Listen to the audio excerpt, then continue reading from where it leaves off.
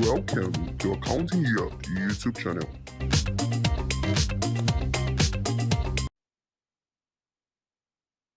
All right. Welcome everybody to another session of Excel for Accountants. Today's focus will be on introduction to financial modeling. But we'll quickly do one of the exercises that was given an assignment based on the last class, which was day 2. Then we'll go into financial modeling itself, right? Yeah. So let me share my screen.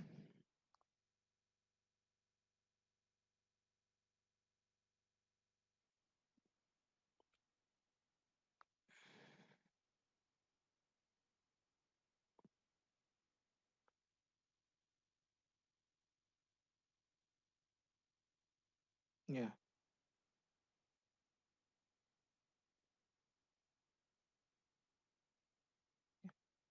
So if I get you right, Madam Titilayo, I guess this is where the problem was. You got the answer for East, but you couldn't get for the rest, right? So the first thing is write your index, right? The array is everything here. Mhm, mhm. Now, comma. The next thing is that we need the answer what row it should go to. Yeah. So to get the row it to go to, that's based on east, north, and right. But we need a match function. So we choose match. What's the lookup value? The lookup value is east, right? Comma. Now the next thing is that where is it looking for? It's looking for within this area. However, one thing I told you is that for this, you need to do an absolute reference. You need to make it stay fixed along that column so that when you drag the formula down, it will not, this place where it's selecting this row, it will not go down. And that would have done by making an absolute reference. And that's why you're seeing the dollar sign, comma, 0, close the brackets, comma. I write another match, which is the column I'm interested in, right? The column I'm interested in. The column, sorry, let me write again. Index, right? Where's my answer located? Yeah, F4, comma, match. Yeah, the first one is row. My row is Bob. I need to choose it between from this range here. That's where my rows are. I lock it. Yeah, comma, 0. I close it. So I have got my answer. But don't forget that it's on Bob I want. So I can stay fixed on Bob. Fn, F4. The idea is that if I'm going down, it doesn't change. Similarly, I would also do comma, match again for my column. My column is going to choose between east, north, and right as it's going down. I'll leave it in relative referencing because as it's going down, I want it to be able to still go down at the same time. However, I want this where it's choosing the answer from to stay fixed, right? So I've chosen it. I don't know when as I'm going down, it also goes down. I want to stay fixed along that particular row, right? So what I do, I press F4 to make it an absolute referencing. I put 0 because I want an exact match, right? So I've written the 2 match. I put my array. The next thing is I need to close the bracket, and that's all. And I press tab, and it gives me a 91. And look at it. Bob from east is what? So this is east, and this is Bob, and that is 91. Yeah? Can you see? With this now, I can easily just drag the bottom down all the way to the bottom, and you can see it gives me answer. If you look at Bob and I choose west, so this is Bob, and west is what? 79. Now, I can easily just drag down to the various options, and you see it updates. Yeah? And that brings the answer to the question.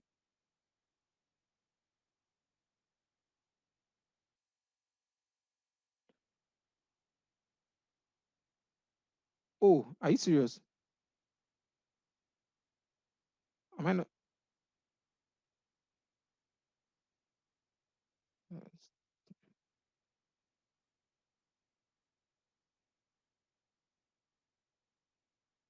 And tell me, I think you are the only one who cannot see. I don't think any person has an issue with seeing what I was doing. Right. Then what other person have issue with seeing what I was doing? Yeah. So I think tell me that was from your end. Yeah. So that's the solution to that question, right? And that solves the problem. Yeah. I don't know if Titi that solves what the question was. Yeah. So that's the I'll solution have for to that practice. particular question. Yes, I'm saying it. I'll have to practice it again. All right, thank you. So the major thing you need to focus on is absolute referencing. I think the most likely challenge you might have had is absolute referencing. So the thing that when you are doing your match, you need to lock when you select this area, you need to lock it with an absolute reference. And also when you choose this area, you also need to lock with an absolute reference. That's what you need to pay attention to. And that with that, your problem is solved. Then ensure that when you are choosing Ben 10, you're also making it absolute reference. Yeah. So that's it. So now back to today's class. This is a simple financial model. And most likely when you see me applying some of the, explain some of the principles, I would come here to show you what is here, right? Just to explain the general principles. So I'm going to go to the slide and I'm going to present it now.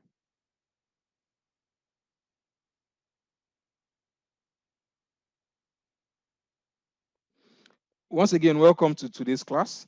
Today's class is Financial Modeling by Accounting Yard. It's an introductory class, so we're most likely, we're not building a model, but we just want to explain the general principle around financial modeling, right? The idea is that if we're able to understand the principle, then applying it will be much easier. So I give a general understanding around financial modeling so that you can, when you see a model, you know what to look out for. You know the kind of questions to ask. And that's what we're going to focus on. And what then entails preparing the model. All right. So now, first, what's Accounting Yard? So our ultimate goal is to help accountants, and we help by delivering high quality practical accounting trainings and learning initiatives for free or at very affordable cost. Now, the idea is to help improve the ability for you to apply for jobs and also deliver quality on your jobs, right? The key founders of Accounting Yard are Big Four trained finance professionals. I am one of them. I finished from, or no, I finished from.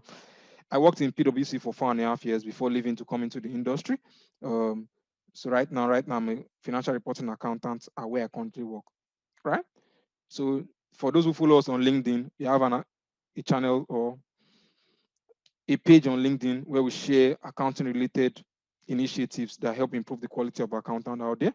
We also have the YouTube channel where we put recordings, and we also have other platforms on Instagram, Twitter, right, and on Telegram where we have a community of accountants where people share their related questions in accounting, and you have people that share their knowledge in terms of how they could go about solving those challenges, right? And we also have a job group. The job group focus on The job will focus on helping accountants improve the opportunities in terms of jobs out there, right? So obviously, it's one thing to see jobs, another thing to apply, right? So as you learn, we also have a platform where we share job vacancies, and the idea is that you're able to apply for new jobs so that it can help improve your earning capacity and solve basic personal and professional needs, right? So that's it. So you can reach us on WhatsApp and you can send us an email where we'll get to discuss further. Now, what exactly is a financial model?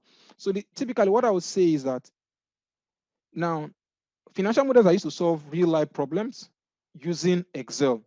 Excel may not be only the tool to use to build a financial model, but it's the most popular tool in building financial model, right? I typically define a financial model as an estimation of the future, meaning that I give you something now and you help me tell me what the outcome will be in 3 years or 4 years from now, right? What will it be?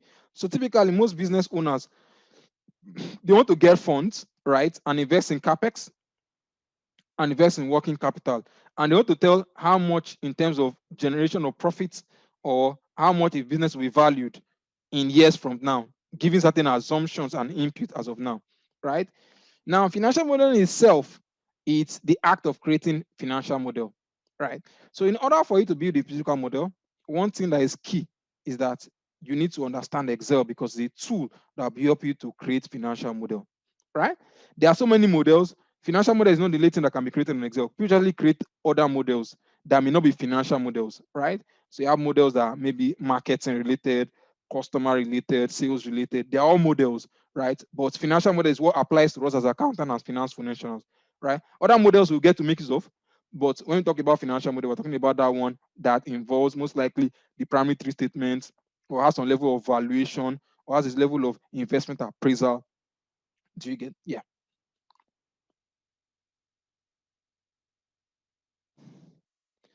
Now, in order to you to be able to build a financial model, there are certain skills that would help you a lot in building a financial model. One of them is what I call business acumen. Now, typically, you cannot build what you don't understand, right?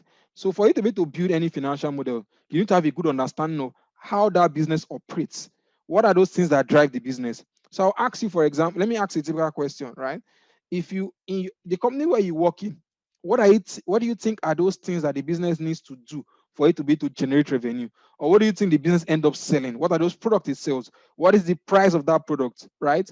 What is the life cycle of the business in terms of how it generates revenue? What stock does it require? The raw materials it require to produce a unit of a particular item? What are those things that it incurs to drive revenue? What are the equipment it needs to use to produce a particular product? What are those employees it needs to service a particular employer or a particular client, right? So you need to understand all those drivers. You need to understand, for example, how long does it take you to sell a good? How long does it take you to actually collect the money from a sale? Do you get how much does it incur you to pay your staff salary? What are those things borrowing? So how much do you pay in finance costs? So you need to understand how the whole business works and the cycle, right? So a good understanding of a business, what are the key drivers, is a good thing to know or to understand when building model. Now, another thing is good understanding of account and finance. Why they say good understanding of account and finance? Most models are built around the principle around your primary three statements: your income statement, your statement of financial, and your cash flow. Now, the accountant needs to understand how those three statements are properly linked, right? For you to be able to say you understand how those statements are linked, it means your accounting is very strong. Now, typically, you need to know that there's a relationship between those three statements. Now, for example, if you want to estimate inventory, to a large extent, you say inventory days, right? So if you have your cost of sales and you know your inventory days, you can estimate your inventory, right? Similar way, you can also estimate your payable from your payable days, right? That's a relationship between your income statement and your statement of financial position. Now, typically, you know that if you're preparing cash flow, your cash flow is actually a movement of your balance sheet in reality. How basically you moved in terms of your cash from the last period to your current period. And that is reflected around how your balance sheet has moved across the various lines, right? It also has a relationship between how you've generated revenue. Typically, you see your cash flow, you have your operating, your financing, and your investing activity, right? Your operating activity tells you how you generated income, right? Generated cash in the current period. And trust me, that's a huge function of the element of your financial, your income statement. Your investment activities, how much have you invested in terms of, okay, how much asset have you acquired? How much have you invested in a subsidiary, right? How much have you put in terms of investment in treasury bills or whatever other investment you have, right? How much asset have you disposed in the period in terms of how much cash have you received from it? Your financing will tell you loan, borrowings, interest earned, interest paid. How has that take place in the period? So then those three things link to get your cash. And that your cash is what ends up forming your cash balance in your financial position, right? Now, the next one is problem solving. Typically, financial models are built to solve problems, right? So for you to be able to solve a problem, right, you have a good problem solving skills. Not everybody can build a model, because typically what will happen is that someone will walk up to you and tell you, "Oga, I need you to build a model." Now, when the person tells you he needs you to build a model, you need to first have a good understanding of what the person wants and how to convert from what he has said verbally into a model itself, right? So that requires you to be able to think out of the box, translate what he has explained to you into actual numbers that can be depicted on a financial model. Now, typical problems that you see people come up with is that, oh, I want to value my business, right? So you need to understand what are the approaches of valuing a business, right? What are those things I need to be able to value a business? Typically, for those of us that have finished SFM or have a good understanding of SFM, we did something similar in SFM. You have your discounted cash flow, right? Where you try to say, oh, what's the potential of this business ability to earn in the near future? Then you discount to present value, right? Where you have your PV and you have your terminal value, and you add the two of them together, and that can be said to be the value of the business. A typical example is again that you say, oh, I have a business, right? And it has existing assets. And I want to know that, does this asset I'm carrying, does it have the potential of generating revenue for me in the near future? Now, the idea behind that is they're saying that, would that value, can I impair it, right? If not have the ability to generate revenue that is above the carrying amount, right? which we call recoverable amount, is above the carrying amount, then you can say that, oh, it's not. Sunday, Raji, you can't hear me? That's weird. I don't know. I think you're the only one that can't hear me. But if anyone else cannot hear me, can you just draw my attention to it? So, in typically, we talk about valuation, impairment of an asset. Where we talk about is the carrying amount, we compare with our recoverable amount. If our recoverable amount is more than our carrying amount, then the asset is not impaired. However, if the carrying amount, right, is greater than our recoverable amount, then we say the value asset is impaired. Now, what helps you determine your recoverable amount? Typically, what is done is a financial model, right? At times, what will happen is that you have a scenario where you say, oh, you have an asset. No, none of the asset. You say a business has an issue around going concern. Most times, what people to address if a business is going concern is a financial model, right? So what they typically do is they draw a model and show the probability of the business to actually generate income in the near future, right? And show you show you those assumptions that are driving it, right? And they say, oh, based on this, we can say the company is a going concern. What you have is a financial model. Now, the next part is an Excel, right? How well good is your next Excel? Like we said, a typical model is built on Excel, right? So for you to say that you want to build a financial model, it means that your knowledge in Excel must be at least above average, let's say intermediate to advanced. To a large extent, what has been covered, right, in day one and day two are sufficient for you to be able to start off with building models. It doesn't need to be complex. You just need to understand certain basic principles and you'll be fine, right? So that's that part.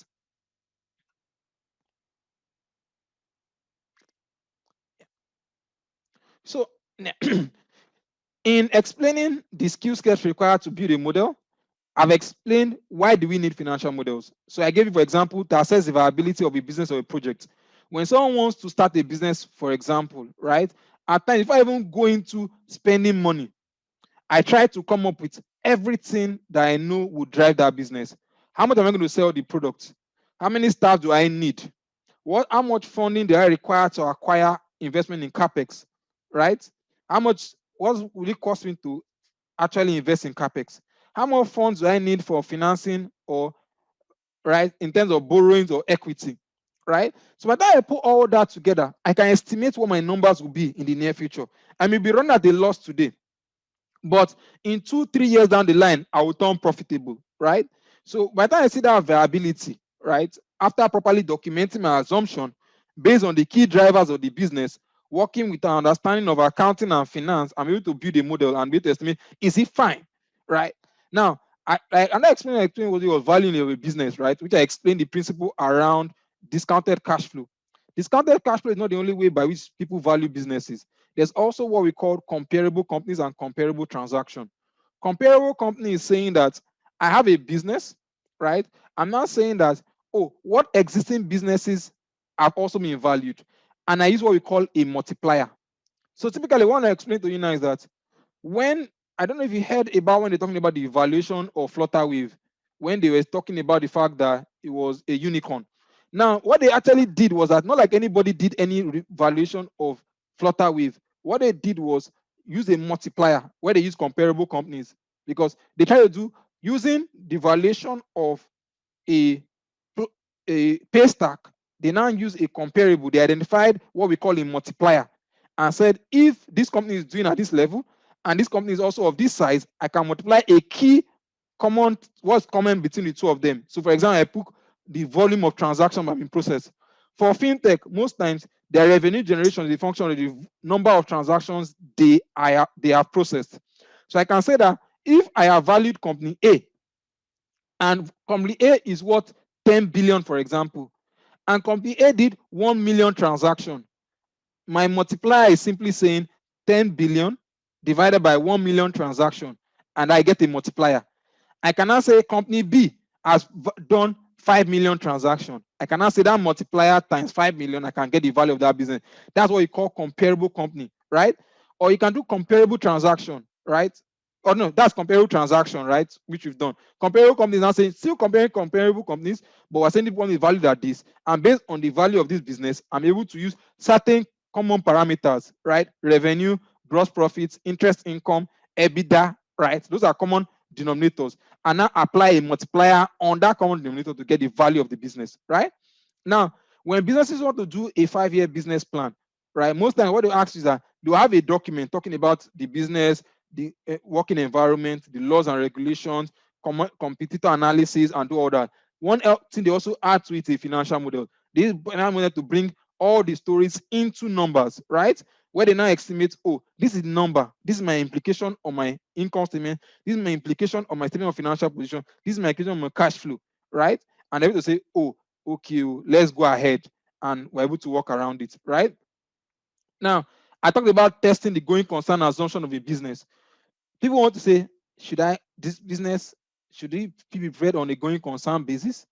If it's going to be on a going concern basis, yes, I would do a financial model and say, oh, we can still go ahead. The person will be able to provide substantiate that this business is still a going concern, right? And based on that, they carry on. Yeah. Hold on. Kindly bear with me.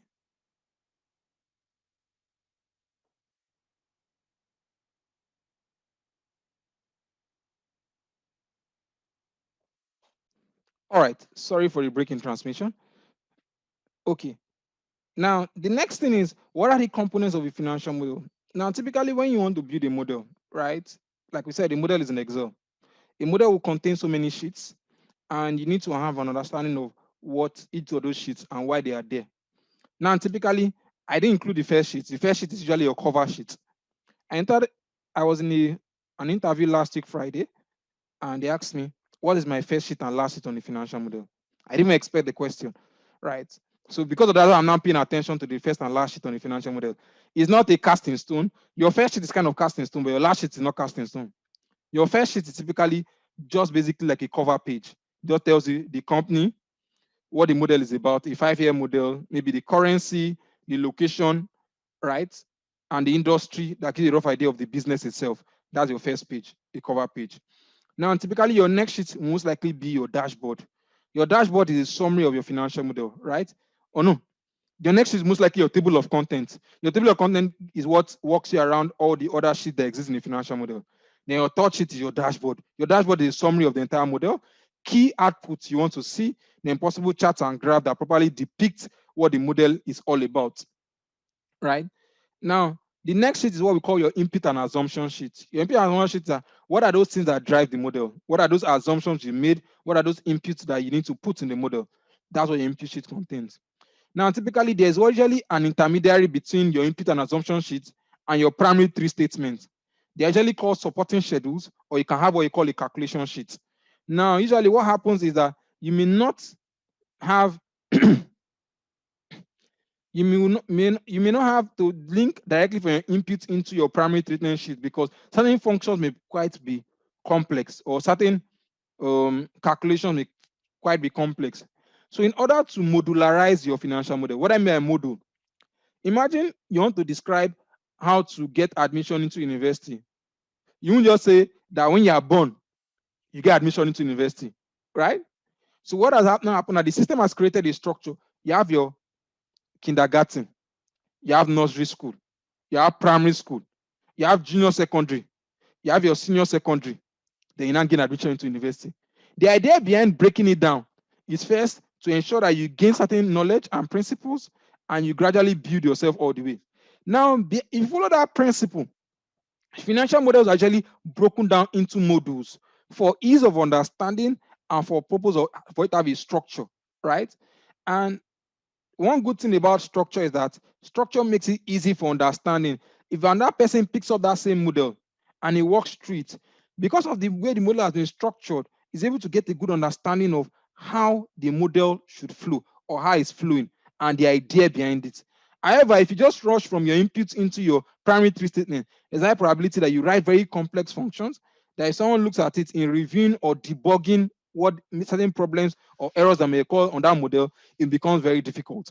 But if you modularize or create modules out of your financial model, it becomes easier to understand and easier to identify if there are any errors or bugs in that existing model, right? So typically you have like a calculation sheet and your supporting schedules. Examples of your supporting schedules are your debt schedule, right? Your debt schedule is what similar to what we did in day 2. However, for financial model, the structure will be a little bit different. Most likely it will be from left to right, right? Where the dates would follow from left to right. That's one thing. It's not like you cannot do it downwards, but typically because of how most models are built from left to right, it will follow that way. So it makes it easy for you to link your order sheets to that debt schedule. And that common schedule that you may have is your CapEx. That is where your investment in CapEx, your computation of depreciation would also be there. The same way you have for fixed assets, you also have for your intangible. But depending on the nature of the business, you may not have intangible. But if you have a business that has intangible, you can have a supporting schedule for it. And that supporting schedule you may have is that of revenue. If the business is quite complex, your revenue may require you to actually break it down, right? And that one I know of is what you call your cost of maybe your customer acquisition sheet. Now, some businesses, they are driven by how many customers exist, right? So in a way, you may need to build a model to show how the business will acquire customers over the years. Because to a large extent, you have what you call average revenue per account, what we call ARP. ARP is a key driver in a business like the telecom, right? To a large extent, MTN revenue is a function of the number of subscribers that exist at every point in time and the average revenue they earn on every customer. Now, indirectly, you can estimate MTN's revenue by saying subscriber times average revenue per account, right?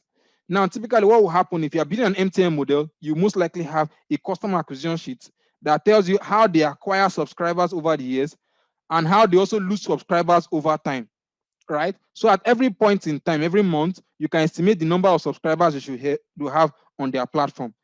If you have historically their average revenue per account, which is basically saying what is the average revenue they make on data divided by the number of average subscribers they have, you can get an average revenue per account, right? And based on that feature, from a future perspective, you can estimate what revenue will be given the number of subscribers they have, right? There's possibility that your average revenue per account can vary on a month-to-month basis.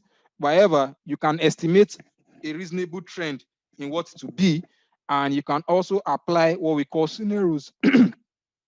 Apply what we call scenarios, where we say, oh, scenario 1, the average revenue per account is 1,000 naira on data, right? Scenario 1 will be what we call the base case. You have what you call worst case and best case. Best case is that you say, oh, they will do 20% better than what the base case is. Most likely, the average person will spend is 1,200. Worst case is saying, oh, what would they do below the base case? So let's say they'll do 800 scenarios, and that can give you an implication of what will happen, right? Your income statement doesn't differ from what we know in our typical income statement. It's just that for every model you are building, you have to have a good understanding of the business. So your income statement should reflect how that business works. So for example, in a banking or a banking institution, I should see interest income. I shouldn't see revenue, right? Interest income, their revenue, but interest income will be the right thing. I shouldn't see cost of sales. I should see interest cost. Yeah? That's for a financial institution, right? For an FMCG, I can see revenue, I can see cost of goods sold, right? Because of that's their line of business. For a service organization, I can see revenue and I can see cost of service. For a service organization, they don't have cost of goods sold, they don't have interest expense, right? What they have is cost of service. But some people still say cost of goods sold. But in practice, the right word is cost of service, right? Now, so that I'm just moving on. So also, for a financial institution, your statement of financial position follows the approach of liquidity, right? So the most liquid thing down all the way.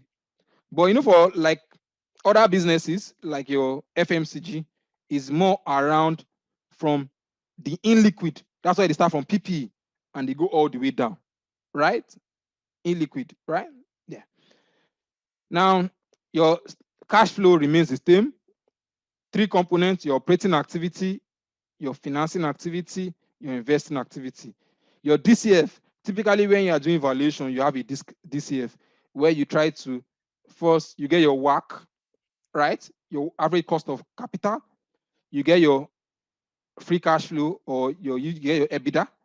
Yes, you discount your EBITDA, you discount your free cash flow, right, to get your PV, right? Then your cumulative plus your terminal value, will get the value. You can now split between the portion owned by the equity holders and the portion owned by debt, right?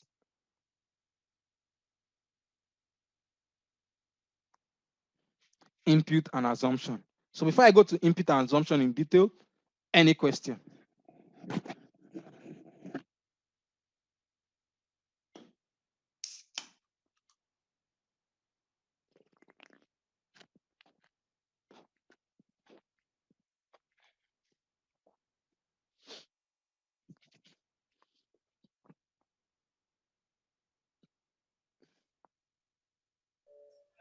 Hello, good morning, sir.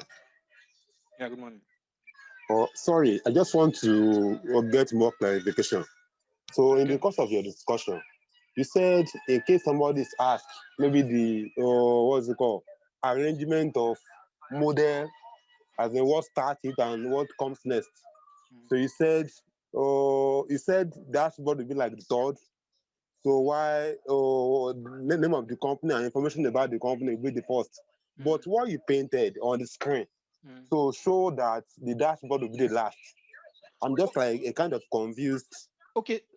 looking Okay. at that. Okay. So let me bring clarity to it. Thank you. This doesn't show how it will be structured, right? Typically, it gives you an idea, but this doesn't show you exactly how it's going to be structured. I only just listed the things that make up a typical model. Yeah, I just listed them here. Now let me escape. Thank you. Yeah, I'm going to escape, and let me just show you a simple model. This is a simple model called Glider Hotel. This is the cover page, right?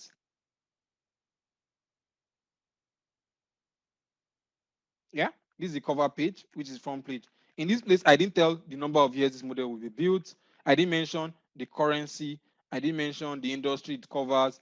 I didn't mention, I didn't mention those things. But this is the name of the business. Typically, you state the number of years, you state the industry they are focused on, and the currency that the model is being built on, right? So that's it. Now they have the input and assumption sheet. Like I said before, you would have your table of content, but I didn't put it in this place. You have your TOC, right? That gives you an idea of where you're working through in the entire model, which comes as second sheet. You have the third sheet, typically for me, should be your dashboard. It gives you a summary of the entire model. Then you can have your input and assumption, your calculation, this, your debt, your primary three statements. You can actually combine them as one.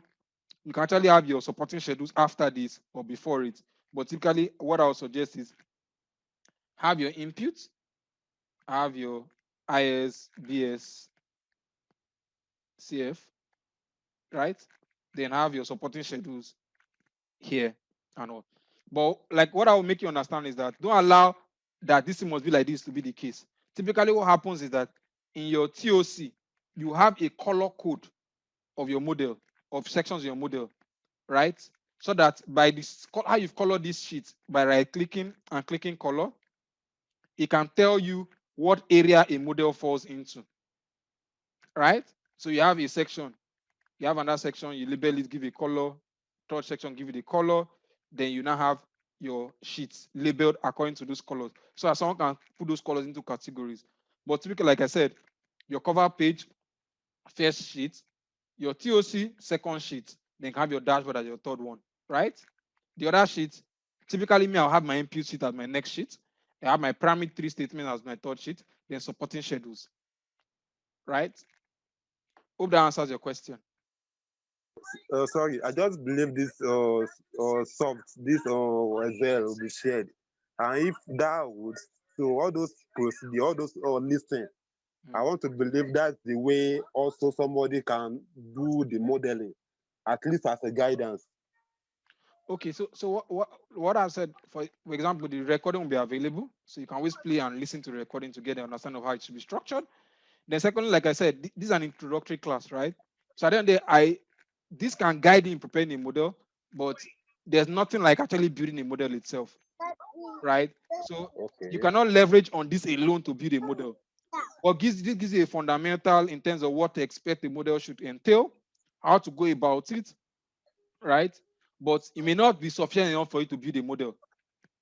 because you must actually walk through at least one model to be able to say you have sufficient grounds on the model itself. Okay. Thank you. Yeah. All right. I appreciate it. Yeah. Welcome. Okay. Any other question?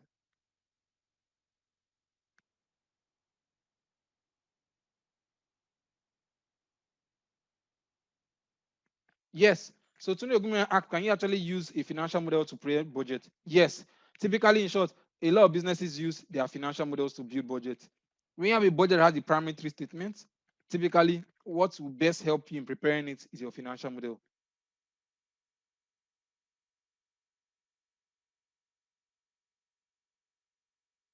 So typically what will happen is that in your TOC sheet, some people what would have is that you have what you call your input and assumption sheet. Yeah. So you list all the things that make up your input and assumption, maybe give it a color, right? For example. Then you have your second section, which will be like supporting schedules.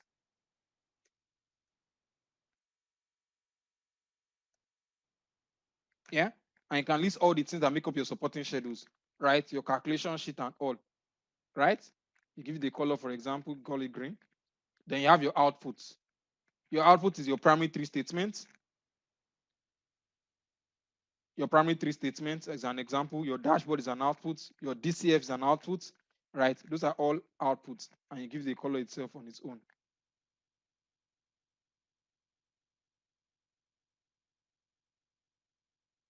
Yeah.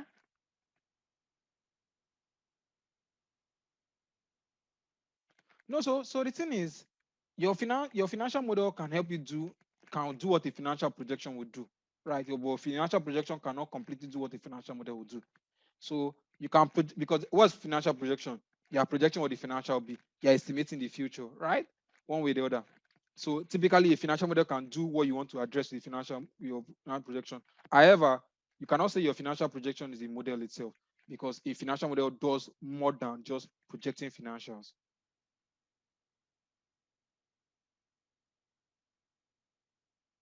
Yeah.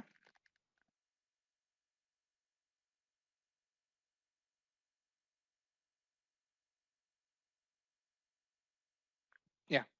Any other question?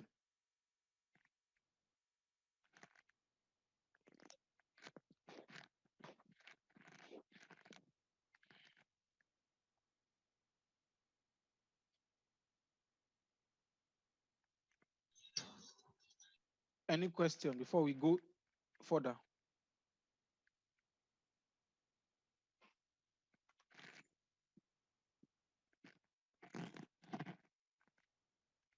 Yeah.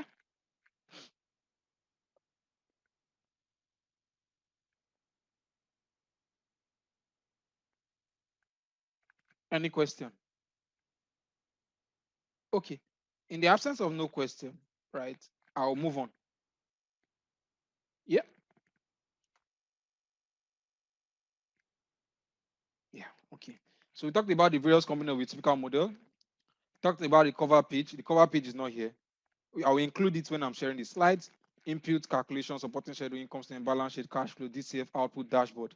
Right. Those are components you can see in the typical model. Some may not have some may have more. Right. So that's it. Now, what's the input and assumption sheet? Now, your typical input and assumption sheet, yeah,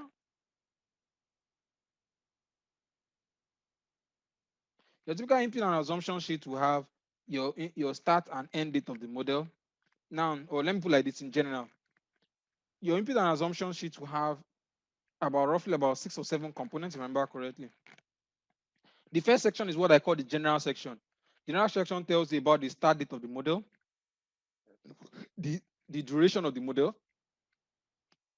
the end date of the model, the frequency of the model. So some models may be built so that you can see.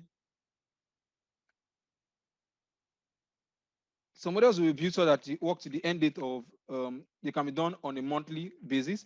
Some may be built so that it's on a quarterly basis. Some may be built so that the model is on an annualized basis, right?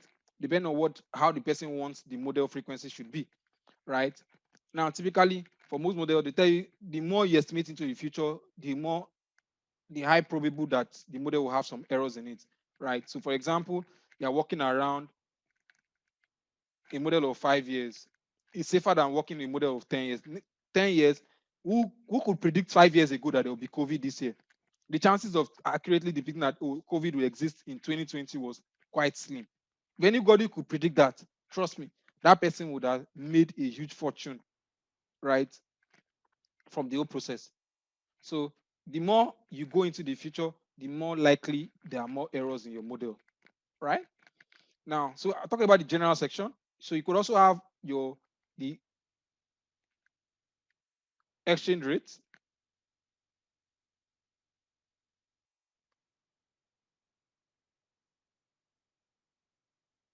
You could also have exchange rate. You could also have income tax rate. Like in Nigeria, you have CIT, ET, right? 30 could be your general section. Now, you could also have what we call general assumptions around month, day, year. So, for example, the number of days that make up a year, the number of months in a year, the number of days in a month. Typically, those numbers, people use them a lot. So now, because they use those numbers a lot in the financial model, typically they usually designated somewhere within your financial model where you have listed that number.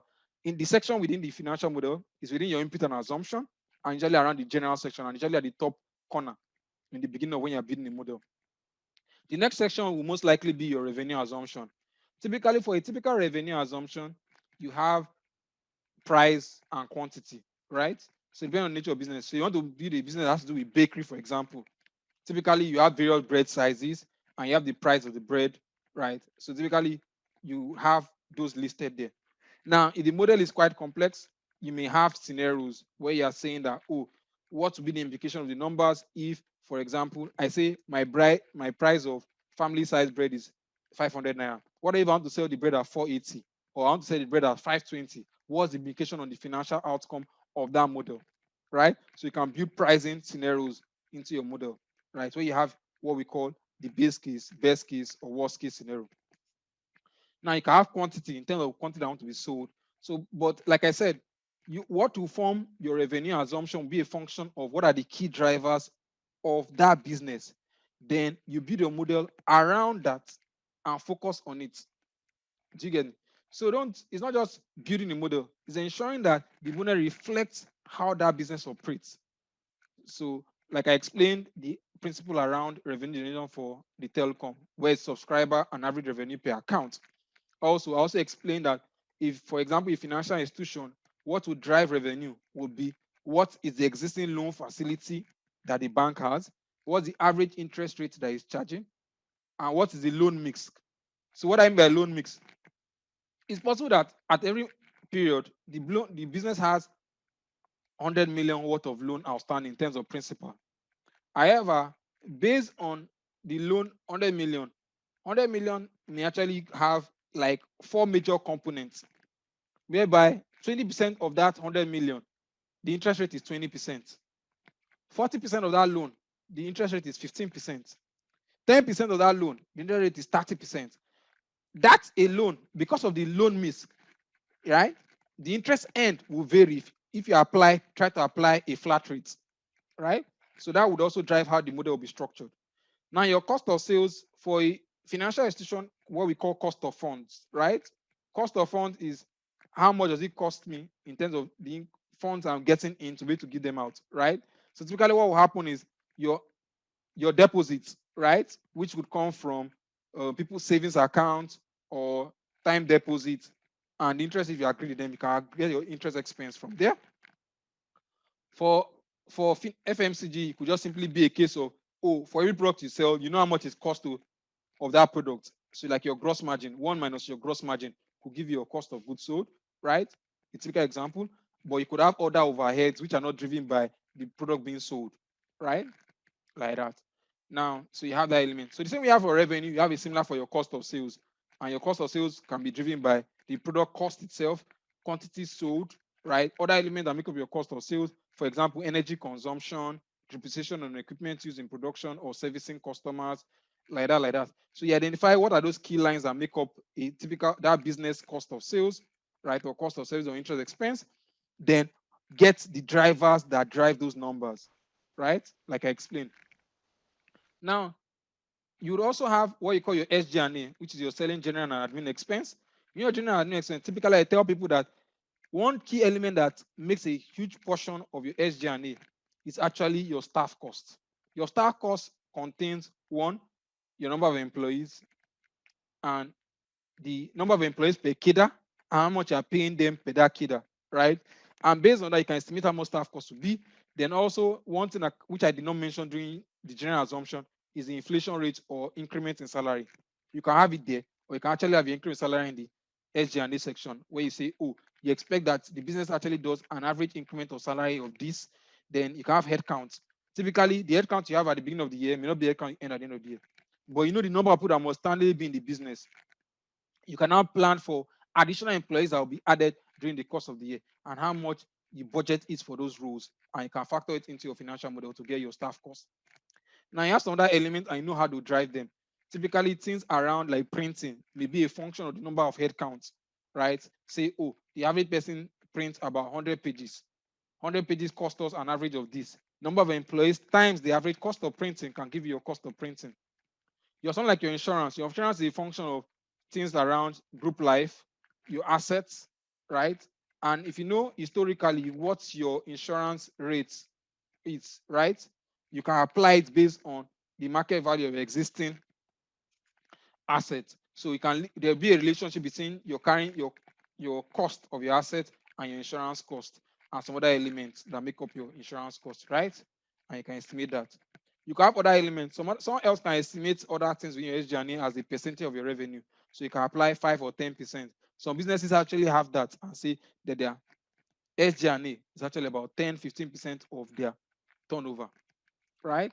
But in principle, it's good to break it down and identify what are those things that drive my SG&A. What are the things that drive those things individually and build the model around that, right?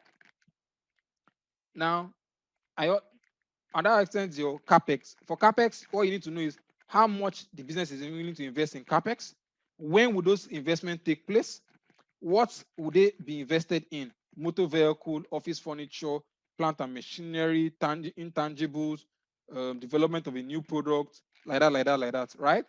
Then know the useful life that the business has adopted for its assets, right? For depreciation. By the time you do that, you have that documented within your investment in capex. You have your working capital. Your working capital could be a movement schedule or could be where you have your payable days, your receivable days, your inventory days. From there, you can estimate what your inventory will be if you know historically what the business working payable, receivable days, or inventory days is. If the business does not have, it's a startup, you can be using like an industry standard, right? To estimate what that number would be. Yeah.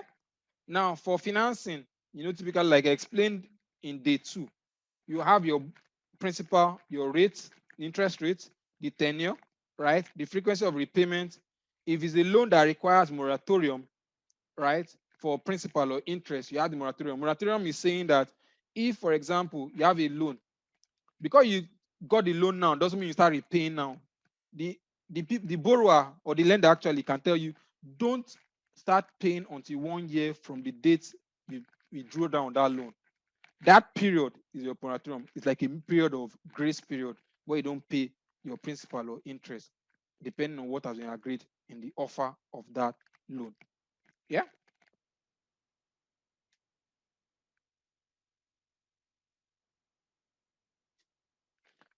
Okay. So basically, I tried to explain what you're showing here is typically what I already explained in the previous slide. Talk about general assumptions, your macroeconomic indicators, time frame, assumption around time and taxation. Talked about revenue driver, talked about cost of sales, talked about operating expense or headcount, salary per grade, professional services. I did mention that typically for professional, you know what your budget for professional service is. You have a retainer with existing professional service, your auditor, your lawyer, right? Your tax consultant and all. Travel and accommodation. Typically, what may happen is for travel and accommodation, there are some people that are entitled to travels, right? So oh, they're entitled to this traveling to these areas and how often they travel. I know the average cost of their traveling is. So when you know the number of times they travel in a year, I know the average cost of traveling. You can see what traveling costs to be, right? Then You can also have historically what the trend has been in terms of travel cost, right? So you can just adjust using inflation, right? So for example, if for example you can easily say other component of your SG&A that you don't know the actual cost, you can look at historical spend of the business and adjust for inflation, right? Repair and maintenance can be a function of the nature of equipment you have and also in terms of the age of those equipment. We typically know that as a particular equipment gets older, the wear and tear on it will be more. As a result, we tend to incur more on repairs and maintenance, right? So you can actually try to do that. But if we talk about what we call the OEM, that is the original equipment manufacturer, they can tell you at what point in time you need to replace key components of a particular equipment, right? So typically you see that, oh, for a car, you may need to replace the battery every 1 year. You may need to replace the tire every 2 years. You buy a brand new tire. You need to replace brakes and all. So if you look at that trend, you can identify what are those things that are most likely repairing this equipment over a period of time. Then what is the cost of those things? If something that is driven by foreign exchange, you can write the amount in the transaction currency and use the exchange rate to multiply what the value will be in your reporting currency in the model, right? So that at every point in time, based on exchange rate, the cost is actually increasing because of the change in exchange rate. Now, we talked about financing, which I mentioned has to do with debt, and I mentioned the components, what makes a typical debt. And I made reference to the fact that based on what we discussed in day 2, we talked about principal, interest rates, frequency of repayment, the tenure, right, moratorium, and yeah, those are the typical things. Then we talked about working capital, which I talked about payable days, receivable days, and the correlation. Those things can have a relationship between your income statement. So you can determine what your receivable will be by saying, if, for example, it takes 30 days for your customers to pay, meaning that you can say that 30 over 365 times my revenue will give me what my trade receivable should be. However, don't forget that for some businesses, your receivable days, you can actually estimate it based on your customers. So let me give you a typical example. Oh, don't worry. We'll take that one another time. So capital expenditure, I talked about what do you want to invest in CapEx in terms of equipment? What are the things that you invest in CapEx? And yeah, and their useful life.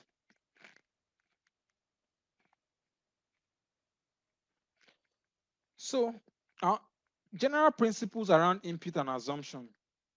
Now, keep it simple, right? Why do I say keep it simple? As much as possible, models should be self-explanatory. The moment someone cannot pick on your model and understand what you've done, it means you're not keeping it simple. So as much as possible, keep it simple. Now, also, every assumption that you're documenting or you're going to put in that model, ensure they're properly documented. Typical ways of documenting assumptions are: one, we have what we call color coding. Color coding is a principle whereby for every number you write, if it's a number that is hard coded, that means you enter it yourself. You would use a particular color. It could be black ink, it could be blue ink, but let them know that that number was imputed. If it's a number that is formula, that what you are seeing there is in formula, it should have a color of its own. I need to put that color code somewhere. If it's linked to it's a link that is linking outside of the file, or so outside of that Excel file, use a particular color code. So that by just seeing the number and seeing the color, you can tell if it's a number that was imputed by a user, or is a formula that exists in that cell, or referencing an external file, right? Another way to document an assumption or is that ensure that you state the source. Typically, what happens towards the right section in your input and assumption sheet, the last column to your right will be where you have what we call the source of the information. It's an information that you got from a department or unit. You can state the source. It's an information that you got from a website. You can state the link, right? It's an information that, oh, you imputed yourself. You can state it so that later on you have it. When you go back to it, you know where that data was coming from. And that way to document the assumption is that you have a specific column, right? So let me escape. Let me just show you something. Right? So let me go to this assumption sheet. So this column, right? This is the end of the assumption. I'm saying this column, you can actually dedicate it to your source, your data source.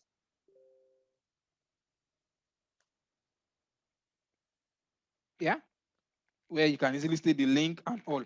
Now, Here, what you call the unit of measurement, UOM, right? By the time it's unit of measurement, this hash is just a number.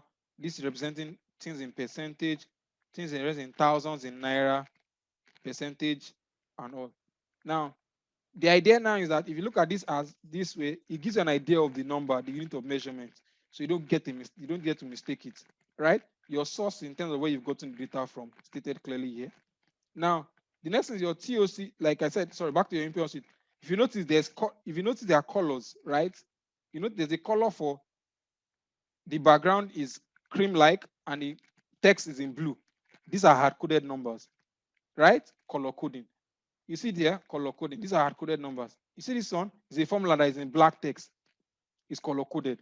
And then what will happen is that in your table of contents or your cover page, you'd have clearly defined those color codes.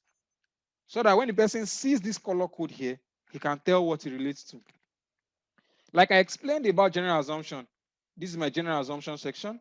See my days and years, my exchange rate, the income tax. These are the section make up my general assumption, right? Let's go down. This is my revenue assumption. I have my revenue, which is basically in this particular scenario was a hotel business, the different hotel rooms they have, and the number of rooms they have in those hotels, and what the rate per night is for those rooms. This is clearly listed here, right?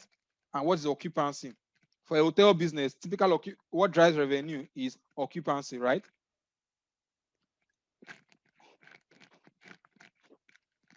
So if the average occupancy is 80%, it means that at 80% of the time, you have someone staying in that room. This is growth rates for prices and all. This is discounts. Let's just ignore that part. This cost of sales.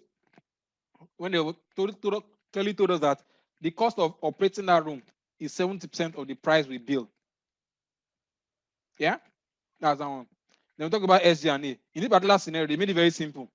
The author that Sdna was the function of revenue, where they said 3% of revenue is staff salary, admin salary is about 15%, advert and sales are about 4%, heat, light, and power is 3%, repairs and maintenance is 5%. But in some other scenarios, what will happen is that you may actually have a breakdown. Headcount, number of employees, professionals in terms of the agreements you've reached with professionals that will handle it, and what the plan is to the near future. Then I talked about investment in capex, where I listed this is the initial investment in capex, right? These are additions that the business intends to have and how much it will be, right? This is the decision rate based on the company's asset policy for assets, right? And this is the year in which those assets will actually be purchased for the business, right? Then I talk about working capital, where you have working capital, where you have payable days, receivable days to estimate what your trade debtor could be, trade creditor could be, your inventory could be, right? They are dividend, we'll let that one. Then equity and debt also clearly stated here, the assumption, right? So this is me walking you through the typical assumption. Then if you go to the top, right? Go to the top here, we have the start date. If you look clearly, can you see that you see one? Can you look at the top? Can you see that you see one, but you are seeing the year here?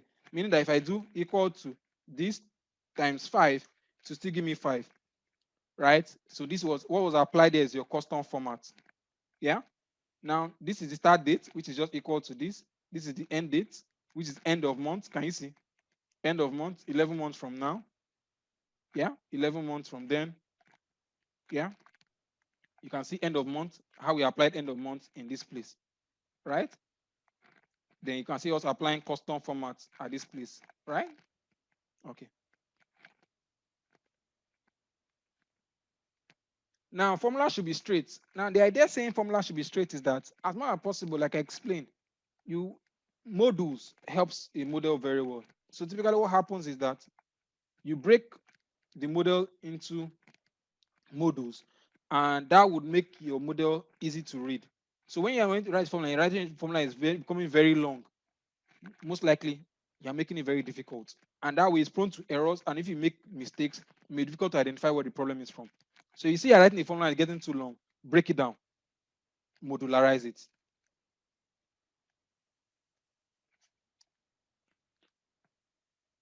Yeah. All right. So typically when you're building it, like I said, ask yourself the question, can someone else understand without me even getting involved? If the answer is no, then you're most likely not building your input and assumption in a structured manner, right? So I'll pause again. Any question?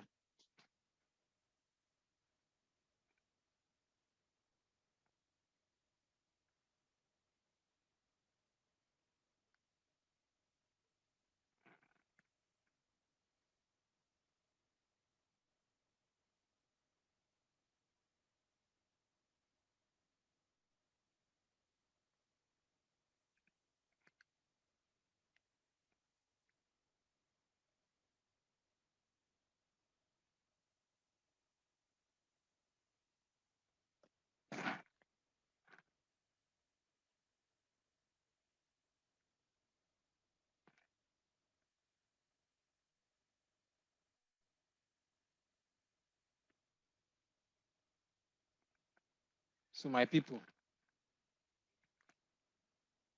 so I should not look one way. I don't want to be like I'm the only one talking, right? So I look forward to hearing from every other person.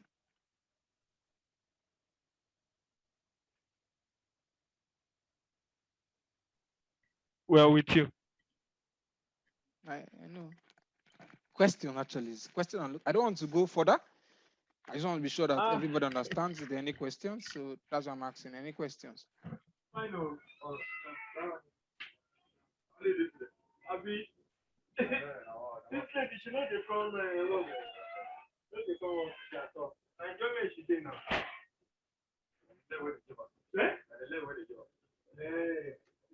Any questions, people? Enjoyment she dey. And the little one where she dey do, where she see the make mistake.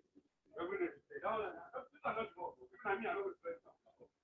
I know the total mistake. People, you not don't make the one. Let me tell you, you not don't make the one. The mistake is from that place. Hello, everybody. Any question before we go further?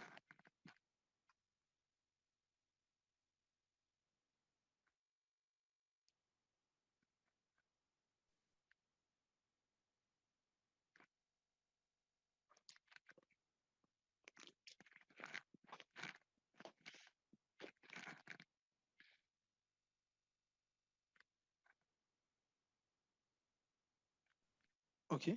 In the absence of no question, we continue from where we stopped. And we continue, right? All right.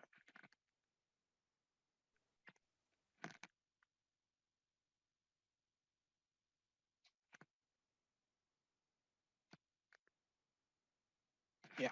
So I tried to bring in what a typical model would look like, which is what I showed here. Macroeconomic indicators, the available rooms, and the years and the duration to help explain the model border, general assumption, and just to bring in what it looks like, which I explained now. So here I try to explain using end of month, and I walked through this in the last class where we said end of month takes two arguments. It takes the start, the date, and the number of months from that date to give you what the end of month will be in a future time, right? Yeah. Now, this was also me explaining also how to go about custom formats. Or no, select, not this is not custom format. This is how to select blank cells, right? So that if in case you're having issues of, oh, you've entered inputs and you want to color code them appropriately. So this was showing how to go about this using F5. That's find. Yeah. Go to special. This was me using it here.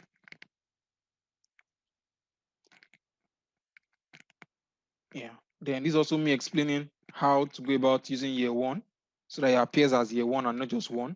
And I explained the concept around custom format.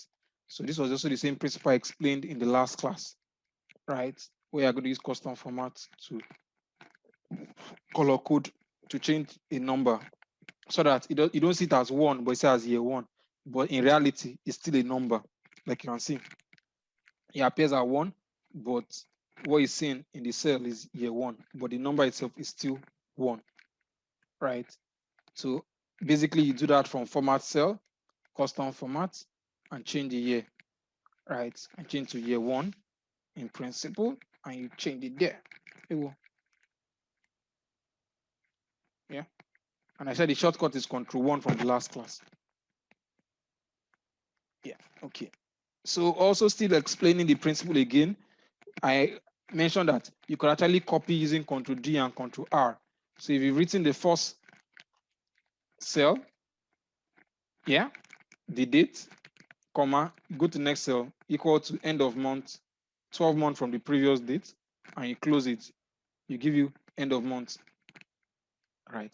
So you cannot highlight all the way from B to G and just press Control-R and to copy the formula, and you see it like this appear like you're seeing it in to the right where you're seeing after. Yeah. Now, so this was me explaining. So there's what we call name range. Now, typically in certain functions in financial modeling, let me go here and explain to you. Yeah, we have 365 days, we have 12 months, and we have 30 days that make up a month. Typically, when you're building models, you may not want to always come back to this cell. You may be in income statement sheet and you want to reference your input called 365, right? So there are two ways to go about it. One is that you can go to the top left corner and change here and type days. Notice there's no space, so in year. Yeah. Same way, I can put month in year, MTH in, no space, YR. Similarly, I can put days in month, days in month, right? So that if I go to another sheet, let's say dead sheet, for example, I can put equal to, instead of going to my input sheet and selecting this 365 like this,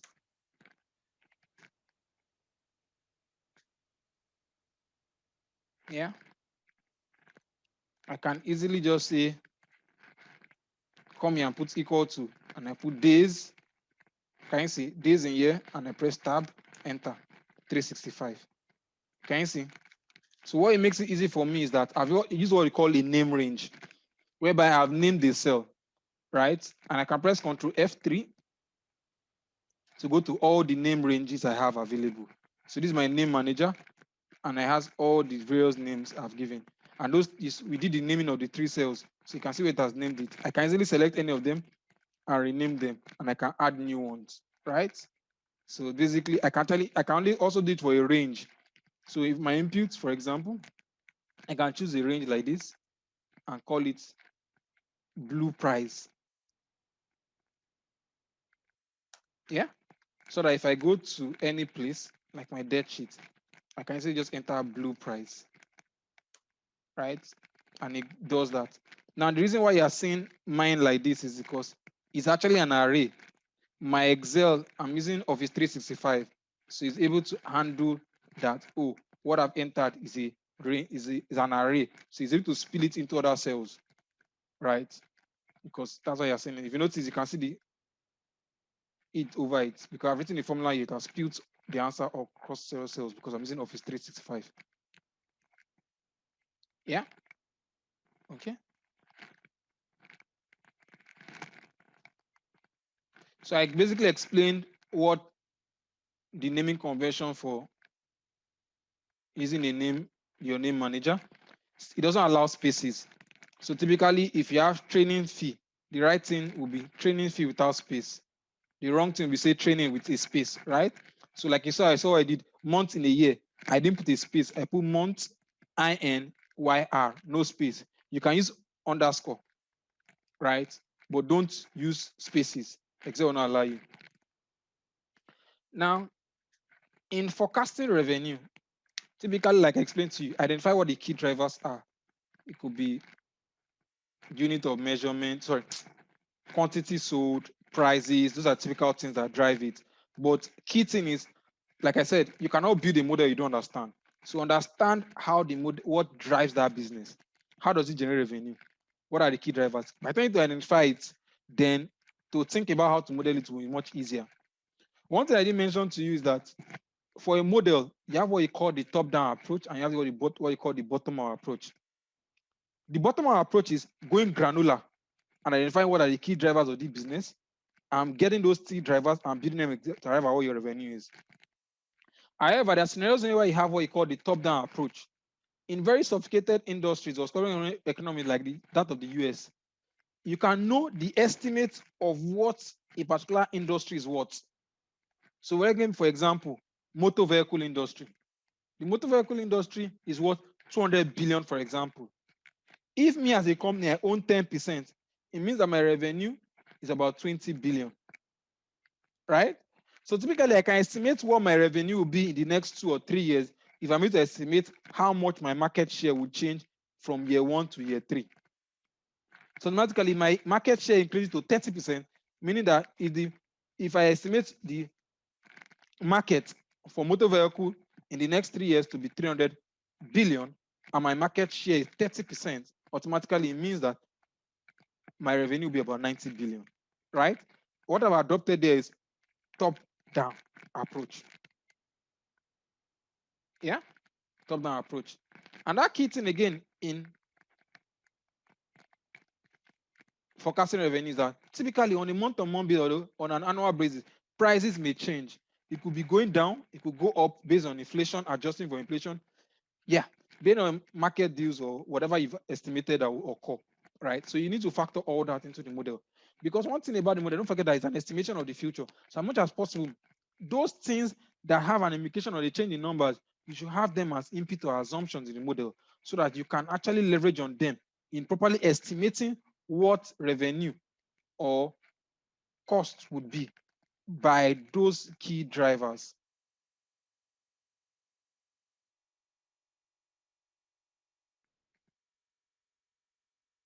Yeah, by those key drivers. Now, also, I tell people something. For you to be to also build a model, you need to understand what historically has been happening. It gives you an idea. So typically for some businesses, like let me give you an example, an FMCG business. Historically, FMCGs have a trend in terms of that their business tend to sell more during Christmas, December season. So sales are higher during those periods. For businesses into alcohol, for example, sales usually drop during period of Ramadan, right? Sales usually drop during period of Ramadan. Now, also, I know that they'll tell us in economics, they'll tell you, oh, during rainy season, that pure water businesses sells less. During season, pure water sells more. Because obviously the weather affects how people consume water. Umbrella sells more during rainy season than during off period. So there are trends. So those historical trends, you can identify them from what you've been seeing in the past of existing numbers. So in a way, when building a model, it's good to look at what is the number saying historically. What has actually affected this business historically, and it can give you an idea of what will happen to the business in the near future. So don't ignore historical when forecasting your revenue or building a model and dealing with revenue, right? Yeah. So I'll pause again and ask any question.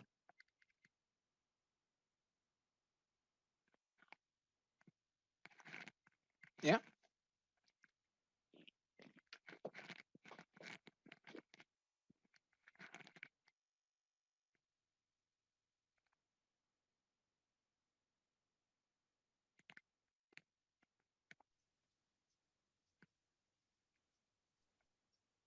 Hello. Hello. Yes. Yeah. So I just have a question, sir. Thanks for lecture. So my question is, now we are examining a kind of business, separate business. So I just want to ask that this kind of approach is it related to any other business that whatever the business might be, is it the same approach that can be used like in building the model for the business? Like the approaches are like everything that you have been listing out for us is it the same approach that applies to all other business? So, so what I would say is that the principle remains the same. So the approach I've made me understand will still apply. But like I mentioned, For every business, you need to understand the business, right? So every business is unique in its own essence, right? So there are some particular peculiarities around it which you would like to pay attention to. That's why I see I try to leverage, give like 3 scenarios. You see me talk about telco. You see me talk about your financial. So you still talking about FMCG. You see me talking about service organization, because all of them have their own unique things that would you identify, right? And those things will drive how you model it. But some things will not change. But however, you will notice that some things are peculiar. So let me give you a typical example which I have not mentioned, right? For a fintech, their revenue is basically driven by the number of transactions they process. And they have a transaction fee attached to every transaction they process. So the revenue will basically be a function of how much is the fee per transaction they process times the number of transactions they process on a month-to-month basis. Also, the number of transactions they process is also a function of the number of people that they have as customers, right? That's the number of customers. So based on that, you would see how their own model will be different from others in terms of how they generate revenue. Typically, I tell people, revenue is a place whereby most of the businesses will be different. Revenue and their cost of sales element, because that's their core operation. So that's why it will be different. For Sdna, there will be a lot of similarities. Staff costs would always be a function of the number of people and how much they pay people on certain grades. Some companies may not have it per cadre, but based on position, do you get? And you can have that, and you can have how much they increase salary or how much they intend to increase salary over a period of time. Yeah. So the general principle will not change. However, you need to understand the peculiarity of that business and ensure that whatever you are doing depicts how that business operates. Now, someone asks, how is modeling and forecasting from budget? So model is quite bigger than budget. Budget is just, see, your budget is saying, for example, your budget can be 1 year. Yeah. And the idea is also estimate what our performance will be. Or let me put like this, your budget is an example of a financial model. If it's built how a financial model should be built, you can actually have a budget that's not a financial model, right? That's one. Now, your budget a financial model, like I said, key thing is an estimation of the future. So ask yourself, is a budget an estimation of the future? Yes, it is. Now, financial model usually has a structure, how it's made, right? And ability to, how do I put it? What's the right word? Is robust to adapt to changes. So typically, that's one thing that makes it the model itself. So, for example, scenario management. If you can handle that, yes, it can be. It's a model. Do you get? So in reality, your budget is just one thing that a model does. It's an example of a financial model. However, there are other things you can do with a financial model. Like I explained in the beginning, your financial model you can use to assess the recoverability of an asset, to test for impairment. Your budget may not be able to handle that. Someone can use it, but not really in the real sense of what it's meant to do. Your budget cannot value a business. A financial model can be used to do evaluation of a business, right? Your business can test the viability of an investment or a project when you want to go into a business. Your budget cannot really do that. Do you get? So in reality, your budget is an example of a financial model. However, your financial model is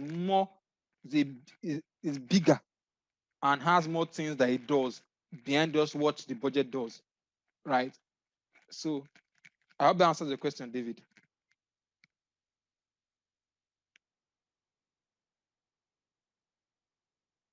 Okay, someone asks, how can you link your cover page with the Ratchet? So, okay, so I'll just quickly just show you that. Typically, what happens is, let's say my TOC sheets, and I have different sheets. For example, this is my input sheet. I can easily just press Ctrl K, right? Ctrl K. Go to place in documents. I can type in, or let me just do like this, input. Yeah. Then press Ctrl K. Place in documents. Select input. Yeah. Select input. A1. Click OK. And that's all. Yeah. TOC. Impute takes me to assumption sheet. So same here, I have, for example, capex, Control K, click on capex. Okay, yeah, click, takes me to my capex sheet. Helena, okay, let me see your question.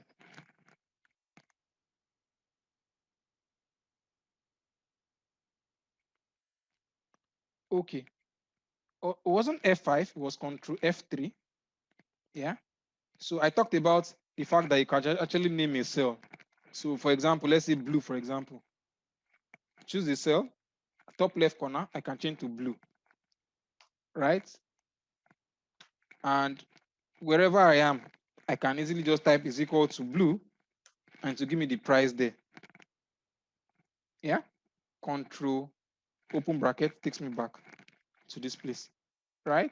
And I said you can actually see the content there by pressing Control and F3, and it gives you all your names with your name manager. You can name it, you can edit it, you can delete existing names here. Yeah, so that answers your question.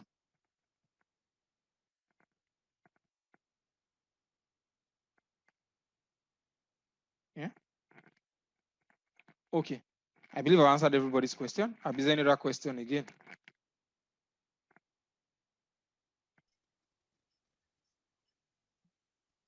Yes, sir. Yeah, hello. Yeah, it's David. Hi, David. Fine.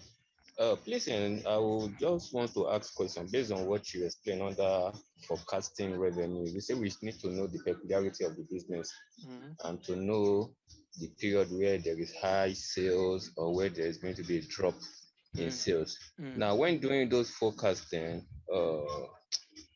is there any parameter that we are going to take into consideration for that period, maybe for the that season where we perceive that there's going to be a high sales, so that we should have a fair and reliable modeling or a forecast? Okay, so basically what happens is that in your assumption sheet, you have actually put your input and assumptions to reflect those things, right?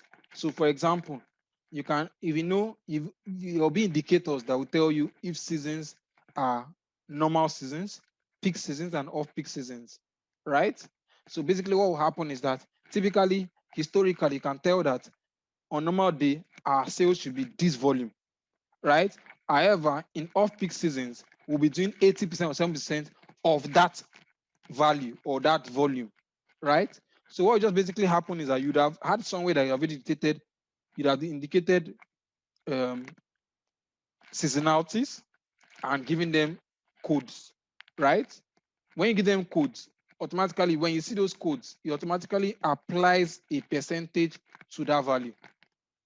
So what do I mean? Everything is still based on Excel. I say, for example, I can call my code for the sake of example. Just example, this is the occupancy rate, right? I can actually create, I'm going to just put it here just for you to understand. I call it peak and off peak. Yeah, I can use here, for example, let me see here, I put data.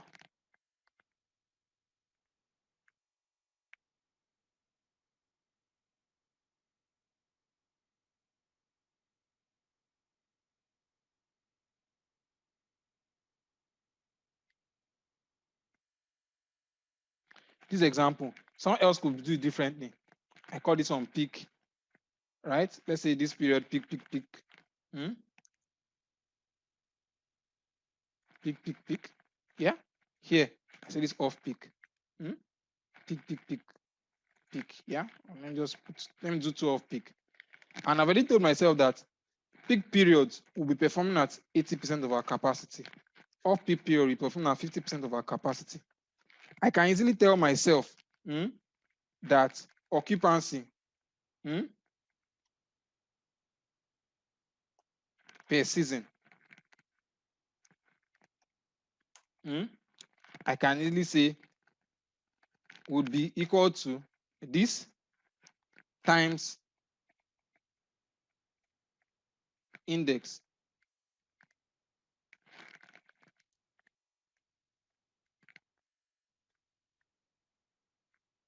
This is just a scenario, comma, match.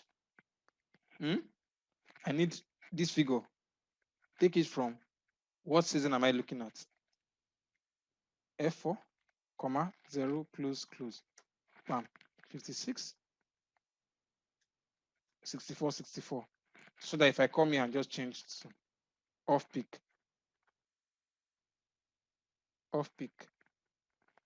peak. Can you see it changing? Right? This is a simple way of just showing you how I could actually just say, oh, change and let it reflect that. So first is that I know the implication of what my off-peak period and what my peak period will be. I've identified what historically my volumes will be, right? And don't forget, one key thing that financial modelers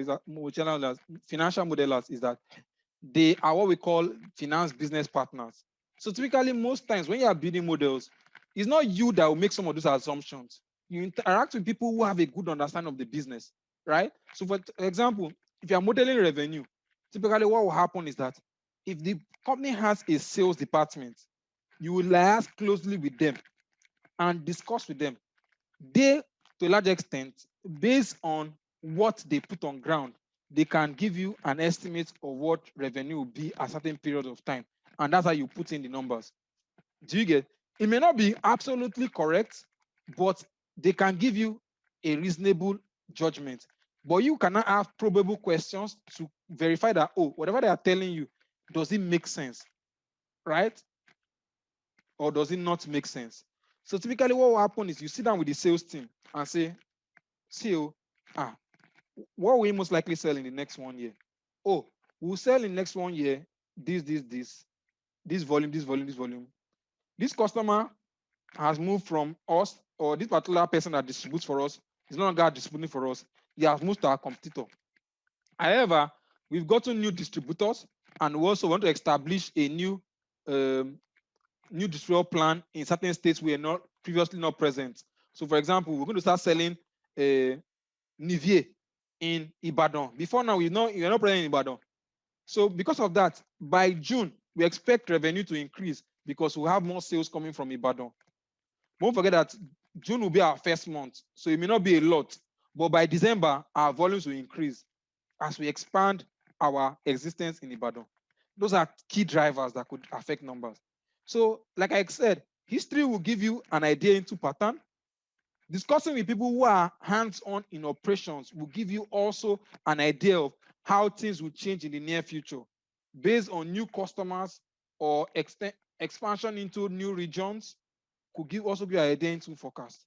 Seasonality of your products could also give you an implication on numbers. Possible change in prices could also implication on numbers. So all that you need to find a way to marry and properly document them and model the implication of those changes on the revenue as a number. Yeah? Hello, David.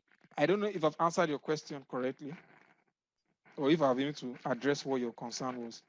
Yeah, perfectly. Well understood, sir. All right, thank you. Any other question, please?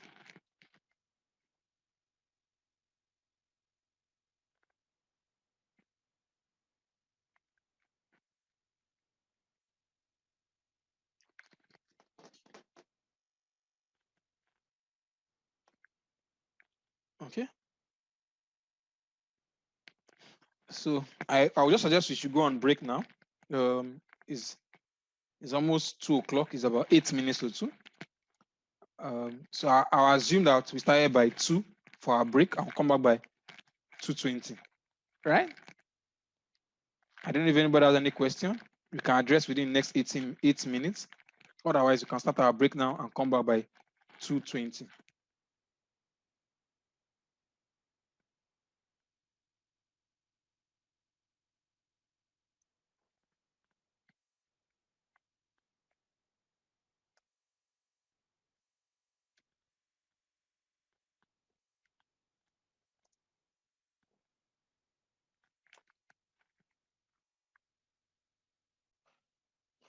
Hi, good afternoon, everybody. Welcome to Introduction to Financial Modeling by Accounting Yard. We're about to commence with section 2 of this training. we took you through what exactly financial modeling is, typical things that a financial model will contain. We walked through the input sheets, talking about how to model revenue, things that make up your cost of sales, SG&A, working capital, financing, and investment in capex. We'll walk you through that, right? Now we're about to commence the section which we call calculation sheet and supporting schedule. Now, typically, once your input and your assumptions is properly documented, right, an area which follows is the calculation and supporting schedules. Now, typically, like I said, most models are built around the principle of modularity, right? And because they are divided, they are going to divide on models. You would have to break down certain sections within the models to handle, to be in modules for easy understanding and for easy for you to be able to identify where there are possible areas that may be problems. So some things may just be cost times price times quantity, which is simple. But there are scenarios in models whereby your final output is a function of the output of another thing, which will form an input to it. What do I mean? Remember in process costing, right? When we're doing MA or cost accounting, where we say input feeds into a process, becomes an output. So in the typical model, what will happen now? You have an input and assumption sheet, right? Which feeds into a calculation or a supporting schedule. That itself will produce another output. That output is what will now flow into maybe your income statement, your statement of financial position, or your cash flow. Now, what do I mean by that? You have your debt schedule, for example. In your input and assumption sheet, you would have what you call the principal, the interest rate, the loan tenure, right? The frequency of repayment. Now, in your income statement, what you require is the finance cost. Your input and assumption sheet does not have finance cost. It has your principal and that's your interest rate. In your balance sheet, what you need is your unpaid principal and interest accrued, right? Unfortunately, you cannot get that from your input sheet. In your cash flow, you want to get the interest that has been paid and the principal that has been paid and the loan has been drawn down. Now, in your input sheet, you cannot get that. Now, you need something that acts as an intermediary between your input sheet and your final output sheet, which is your income statement, your statement of financial position, and your balance sheet. Your supporting schedule, which is your debt schedule in this particular scenario, would help you derive that value. So typically, what you would see in a typical model is, for example, debt sheet. It will be like a movement schedule, right? You have your days clearly stated here, right? You have your opening balance, loan drawdown, principal repayment, interest charge, interest paid, closing balance, right? You have it all listed here. Formula driven. If you look at it, it's making use of your if statement. In this particular scenario, we use PPMT, which is the principal repayment, and we use IPMT, which is your interest repayment, right? And we do that as a movement schedule. Opening will be your previous month closing, while your closing will be the sum, while here is your opening. Principal will be function of the period where you're looking at, where it's a drawdown. PPMT to get your principal. Charge will be your IPMT. Interest repaid is your IPMT, just the negative of this one. And you get your total here, and that will form your movement schedule here. Now, this is your schedule. If you go to your income statement, right, finance costs, can you see calculation F43?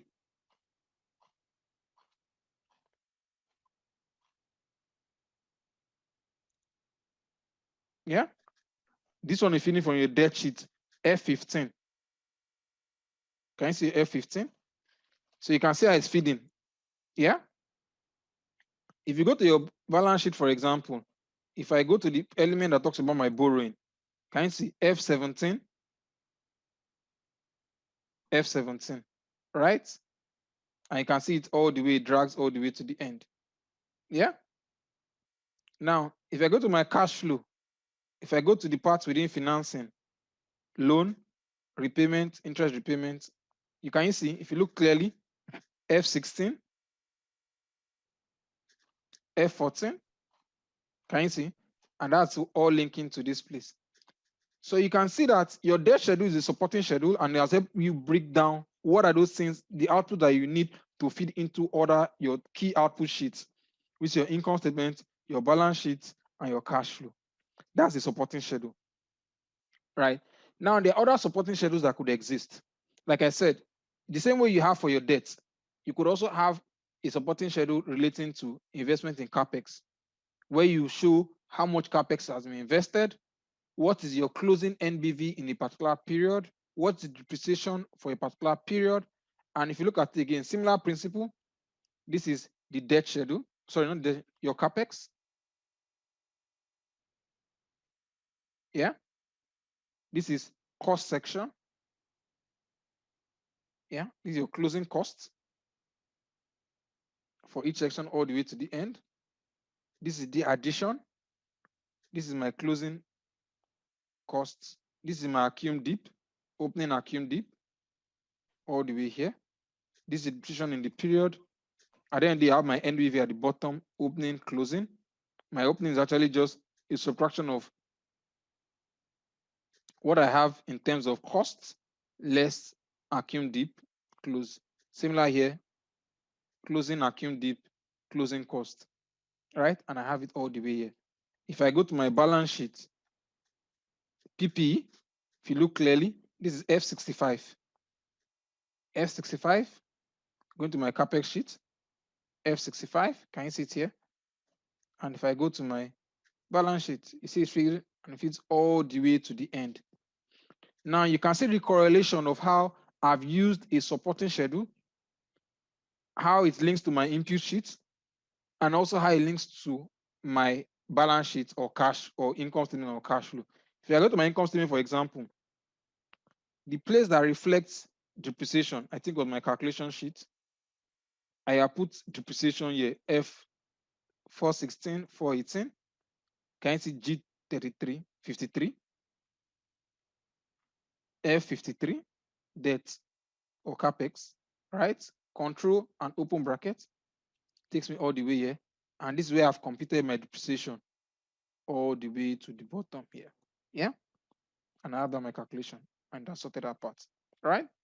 If I go to my cash flow, I go to my investment in capex, which is this, right? This shows me, no, okay, no. Let's take this part. Yeah. Can you see F26, control open bracket? It takes into my investment in capex. And this is my total of all my asset investment for each year and takes it all the way to the end. And it feeds into my cash flow and you can see it's clearly listed here. All right. So you can see the correlation and that's how it will apply. So some supporting schedules, you can have them as a separate sheet on their own, while some you may have a combination of more than one together, put together, right? And that makes your life easy. Like I explained, depending on the nature of the business, you can have different supporting schedule. So for example, for a financial institution, because of how loan is critical, you will have a supporting schedule that shows clearly how the business generates revenue from outstanding loans and how it draws down or how it disburses new loans to generate revenue. And don't forget, for a financial institution, apart from interest income, it earns income from processing fee, right? Or management fee, which will be an amount of the disbursed amount or the amount of the offer that was offered, total amount was offered for the loan, right? And you compute that too. So that's the idea behind that particular supporting sheet. Yeah. Any question?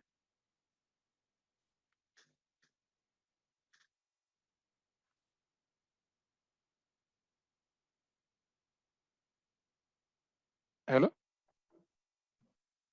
Any question?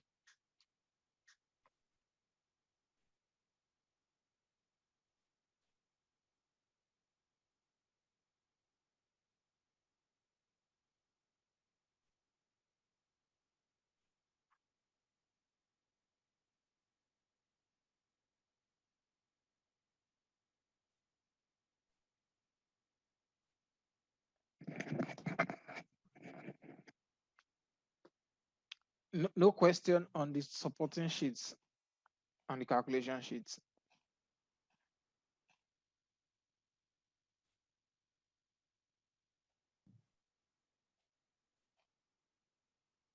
Okay. So in the absence of no question, I'll move to the next sheet. So like I explained about supporting schedules, typically for your loan, you will have the loan principal amount, the loan tenure, interest rate, the date when the loan was actually the drawdown date, right? Because automatically that will affect when you're going to bring in the loan and your interest computation. Then I talked about moratorium, we basically is telling you is the grace period, right?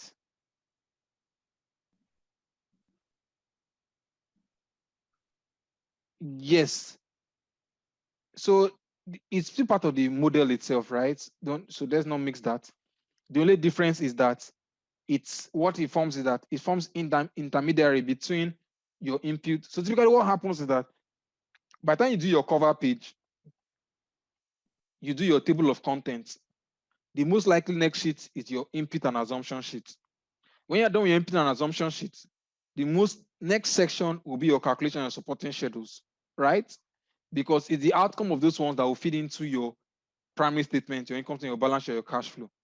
So in order for you to get a model right, you will start from input sheet, input and assumption sheet, then your supporting schedules and your calculation sheet. So you need them because they sound as the building block for your primary three statements. Yeah. Okay. So still talking about supporting schedules relating to debt. Typically, every loan would have a principal amount, would have a tenure, would have an interest rate, would have a date when the loan will kick off. Yeah. We'll have a moratorium period and have a frequency of payment. Like I said, moratorium will have to do with the grace period for the loan. So the idea behind moratorium is saying that, imagine if I get a loan to set up a plant, right, or a factory. The idea is that it will take me a period to actually set up the factory.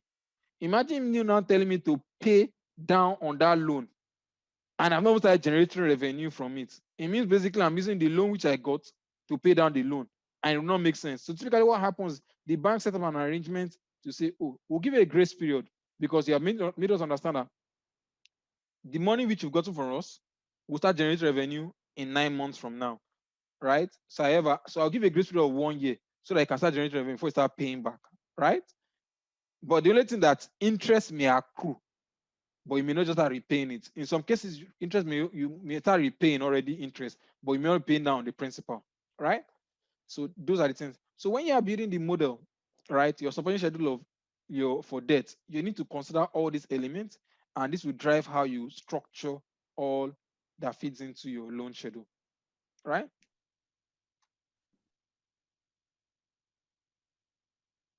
Now, this is just me showing you a typical loan schedule, showing you the fact that you have the period you're looking at, the year, the opening balance, the things that activity that will take place within a year. Typically for a loan, you pay down a principal amount, you pay interest, you accrue interest, and you have a closing balance. Those activities are critical. Like I explained, payment of principal will flow into your cash flow. Interest accrued will flow into your income statement as finance cost, and interest repayment will flow into your financing activity as interest repayment, right? So as much as possible, you need to clearly show these things in your supporting schedule for debt to you to be able to handle, right, your financial model appropriately. Yeah. Now, I tried to just show you a simple scenario of where I built a debt schedule, and I use a combination of if error and PPMT. If error would help you handle a scenario where there's error and suppress it for you. So like I explained in day 1 and day 2 of the financial modeling class, you typically want to suppress errors. You don't want to be seeing NA or div 0 in a financial model. It will pass the wrong message to an end user. I may think that the model has a problem. However, you can suppress such error messages and turn them into messages that you may are important, or will ensure that the model is still properly presented, right? And you can use your if error to suppress such messages, to suppress such errors where you have if error. Now, PPMT, right, is a function in Excel that helps you handle loan repayment. PMT will give you the total payments, both principal and interest. PPMT will give you only the principal element of loan repayment. IPMT will give you interest element of a loan repayment. So we use that as the basis here to derive what principal and interest repayments will be on a loan schedule. So in the second section, we also use the same thing, but in this particular thing, the focus was on IPMT, right? And the idea was to determine what the interest repayment on a loan would be. Yeah. So we walked through that in this particular section and showed the function that was required on the debt schedule. Now, the next element was the interest accrued, right? So the interest accrued was still just based on how the interest repayment was done, right? Based on IPMT, which is in deriving it. Like I explained, I tried to explain the fact that depending on how the loan schedule has been built, this is not the only way a loan schedule can be structured. Like, for example, what we did in day 2 was another way a loan schedule can be structured. The only difference is that we'll now model it from a left to right rather than from a top-down structure, right? And to address our need. So, for example, this model may not be, this particular loan schedule cannot handle when you are paying every 2 months or every 3 months. But what we've done previously, way to handle that. So it's the same thing. We only just change it from, instead of top down, we change from left to right and would handle a loan repayment. Right? So for fixed assets, what you need to just pay close attention to is addition, disposal, the depreciation charge, and write-offs.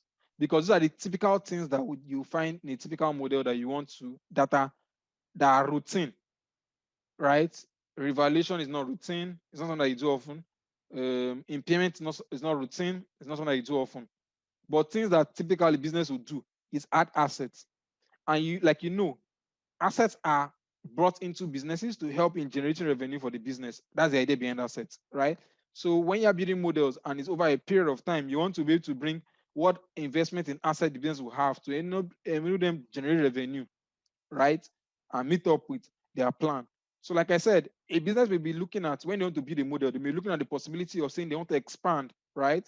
Meaning that they want to maybe buy new equipment, buy new vehicles because they want to increase the lines where they do transportation to, or maybe they are producing on 1 million phones. They want to produce 3 million because there's demand for it. They want to increase their plant capacity to be able to handle assembly and production of more phones, right? So that's an investment in capex. So you want to be able to see what investment it is, how much depreciation that will suffer, and you need to build a model around that to handle it, right? And the business also have a policy that when an asset has been fully depreciated, they dispose it up at 10% of the cost. You want to bring that into the model in case that would have, it may not be significant, it may be significant. You want to bring it into it based on the significance of that number on the model itself. Yeah.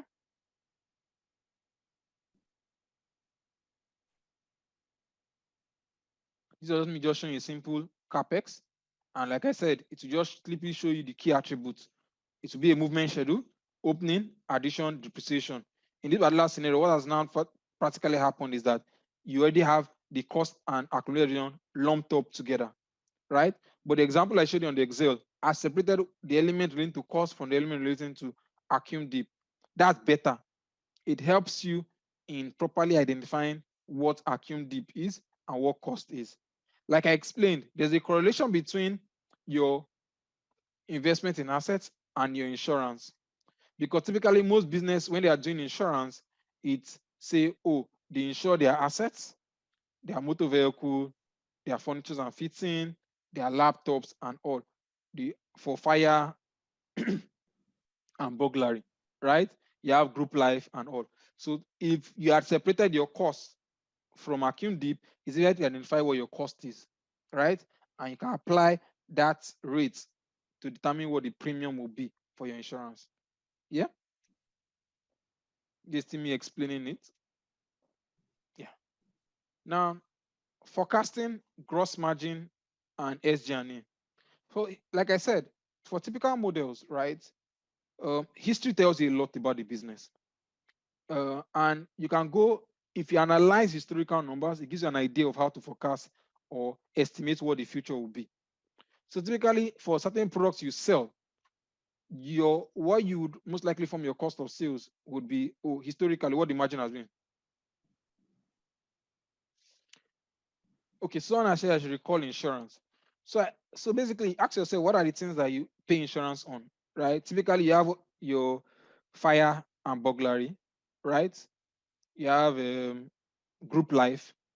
Now, and typically those things have how they are being computed, right? Your group life is like, I think it's maybe 1% of your payroll costs, or I can't remember the amount. But typically, if you know what it is, then you can easily estimate what the insurance will be, right? For like one linked to assets, most times what you do is, oh, this is the cost of my assets currently existing, or this is my market value of the assets, and this is the rate, the insurance rate, the rate that we'll use in applying to determine what the premium will be. So if I've separated my costs clearly, is it to apply the appropriate rate on the various classes of assets that I intend to insure to get my insurance cost? That way, I can reasonably estimate what my insurance cost will be when building the model. Yeah. So you just understand what are the things what do you call this stuff? I want the asset I want to insure, and what is the applicable rate, right? Then apply it on the cost. But typically, most business will tell you, oh, I will not insure based on my cost because my cost is historical. However, if I want the insurance company to restate me to my current state, I should be insuring based on the current market value, right? So yeah, so you can use the cost, or based on historical trends, you can take this is the market value of my current assets and insure based on that value. Yeah.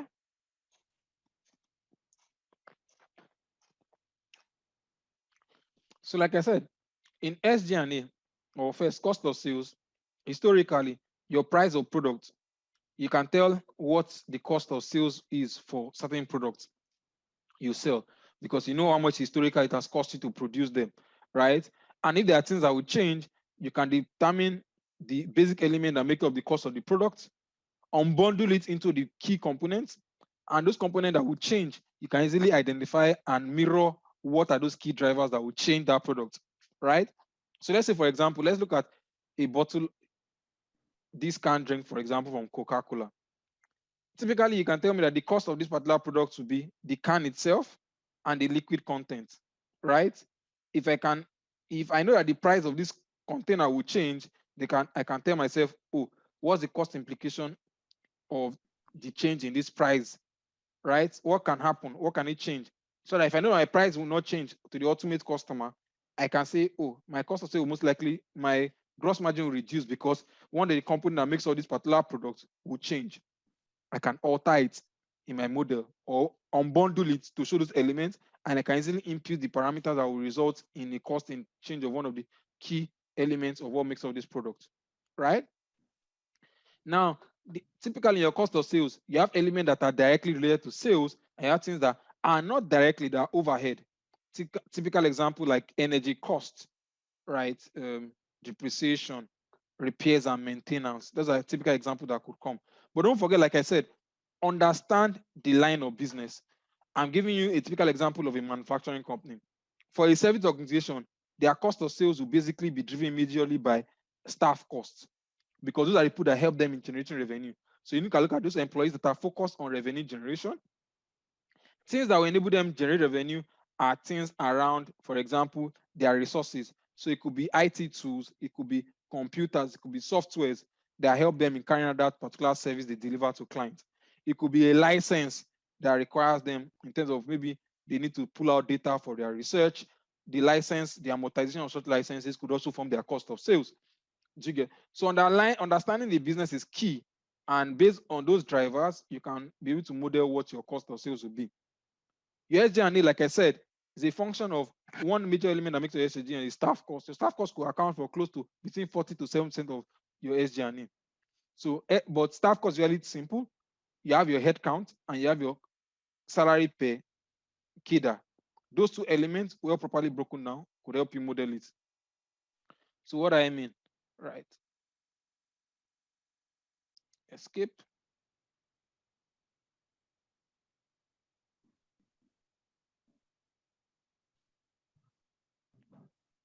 So let's say, for example, I have my partner. Yeah. I have my associate directors. I have my senior manager. I have my manager. I have my senior associates. Yeah. I have my associates. I have my contracts.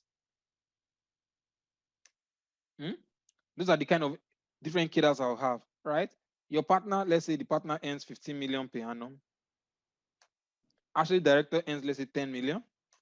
Senior manager earns, for sake of argument, earns 8 million. Manager earns 6 million. Associate director earns, or senior associate earns 4 million. Associate earns 3 million. Contract staff earns 1 million. Yeah, these are my salary cadres per annum. In year 2015, this plus 1, I have my salary listed here for the years I'm interested in, right?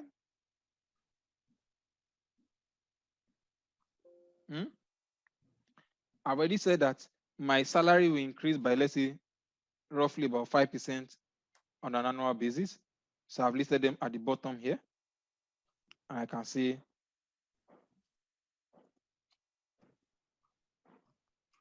call this salary increment. Yeah. Salary increment. I can easily apply what the increment will be by saying this times into bracket 1 plus my increment. Yeah, my increment is here. I press F4. So it stays fixed on that line. But however, I have to make only the dollar sign on 14 to get what I want. Close the bracket. And I can easily drag down to the bottom. Yeah. By pressing Ctrl D. Highlight all the way to the right and press Ctrl R. Highlight like this and expand. So I have my increment house salaries increase over the years. I can easily change to 3%. This one is 0%. You can see here is 2%. Here is 4%. Here is 10%. And I have my variation based on that. Now, the same way I have list of employees here, I can also have what the plan will be. I have, let's say, 3 partners. I have 7 associate directors. I have 10 or let's say 15 senior managers. I have 25 managers.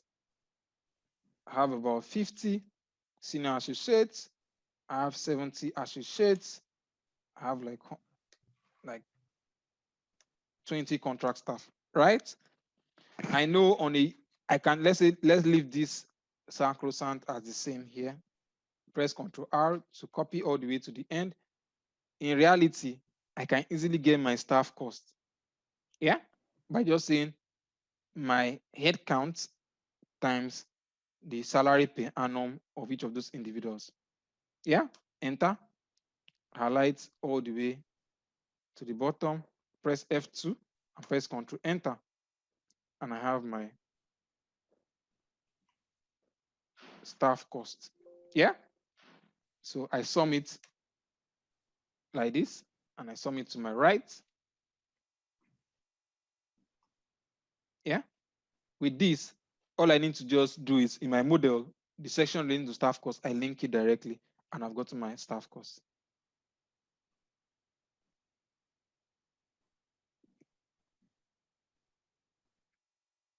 Any question?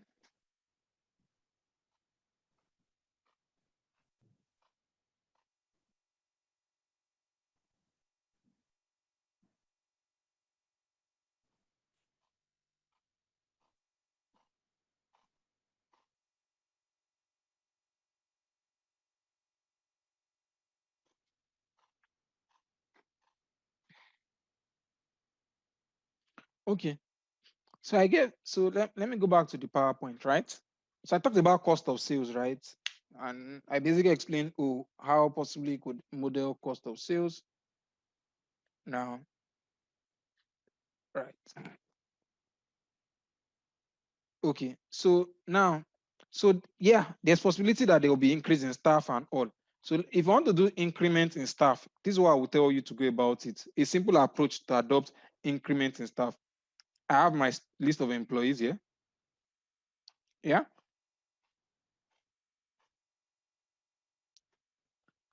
List of employees.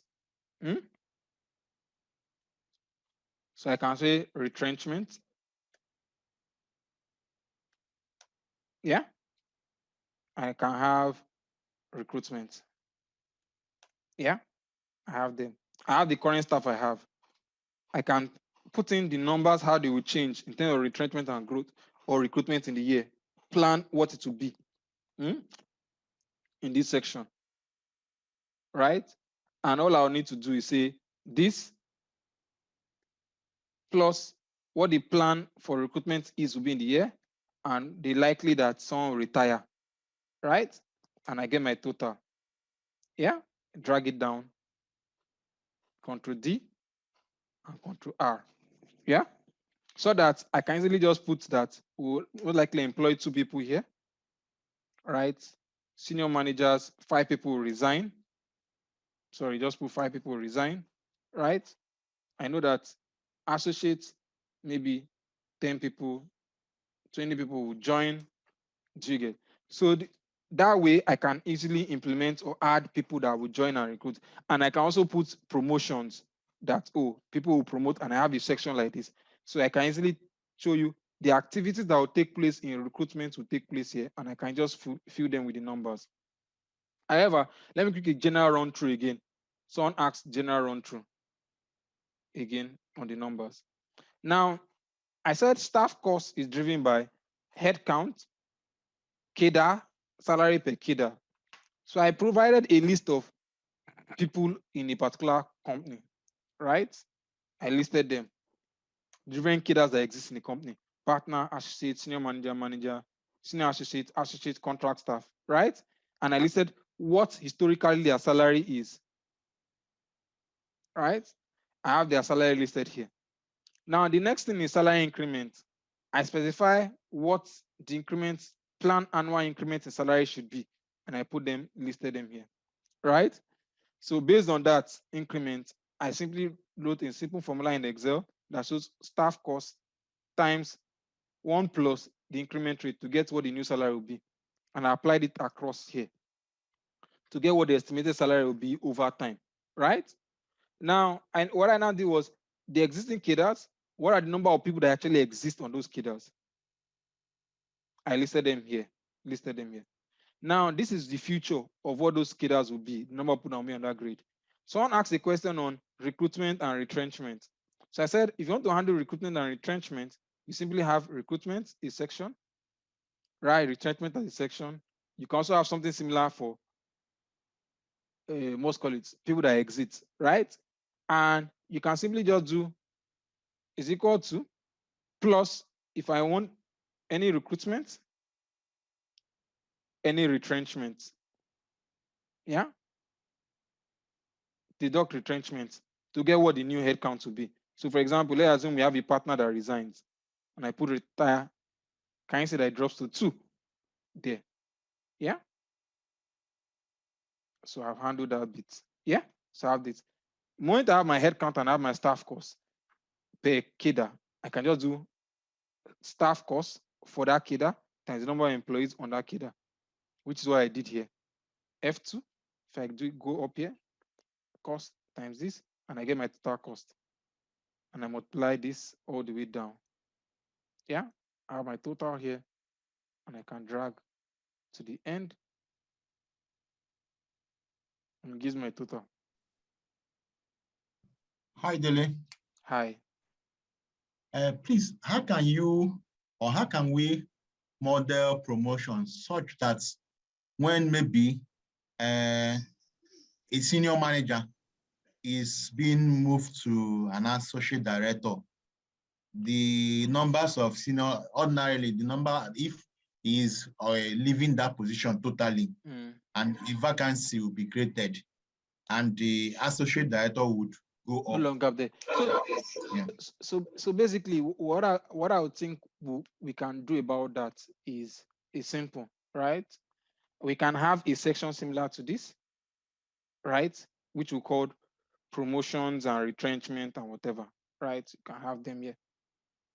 Yeah, something similar to this. I don't want to believe that to be a lot, right? So you can easily just create a section like this and put the number of people that will join, people that will leave that role, and include it as a simple table, similar to how we've had this here. And I'll just be adding it here. But the only thing is that what I'll be doing is I'll be putting the numbers as they occur down here and putting the right signs. So for example, if people are being promoted, I put the new role where they'll be. For example, let me put like this, for example. I put, for example, 5 people will be promoted to senior managers, but they're leaving manager. I put the minus sign. Okay. Do you get something like that? But for me, because of in reality, those things may not, when you are building model, you cannot model all the way to the nitty-gritty. There are some places in which you ask yourself based on Pareto, what is the implication of the final numbers? Is it going to have a huge impact on the numbers? If it's huge enough to have an impact on the number, you have to find a way to model it. However, if it's not going to have a huge impact on numbers, you don't really bother yourself. So for example, I showed you recruitment and showed you all this process. Someone else would not say, let me don't bother myself. I would hard code all this. I will not do this. I would rather enter the number of people like this. Right? So that I know that, by this period, there'll be 5 people here. That 5 is 2 people would have been promoted from here. I'll just write 18. Right? And that's how I would do it. So that I would have hard coded it that clearly shows people that are promoted, people that will leave roles, and would have been clearly stated, right?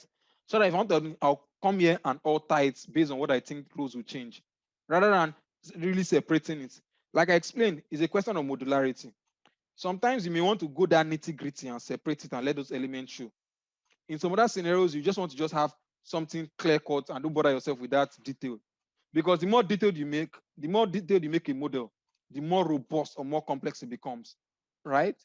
And based on that, you may now say, I don't want to really go this way. I want to make it very simple, right? And that way you can now determine what your head count will be based on that principle. Yeah? I hope I answered your question. Yeah, thank you very much. Okay. Any other question from any other person as regards head count and staff cost?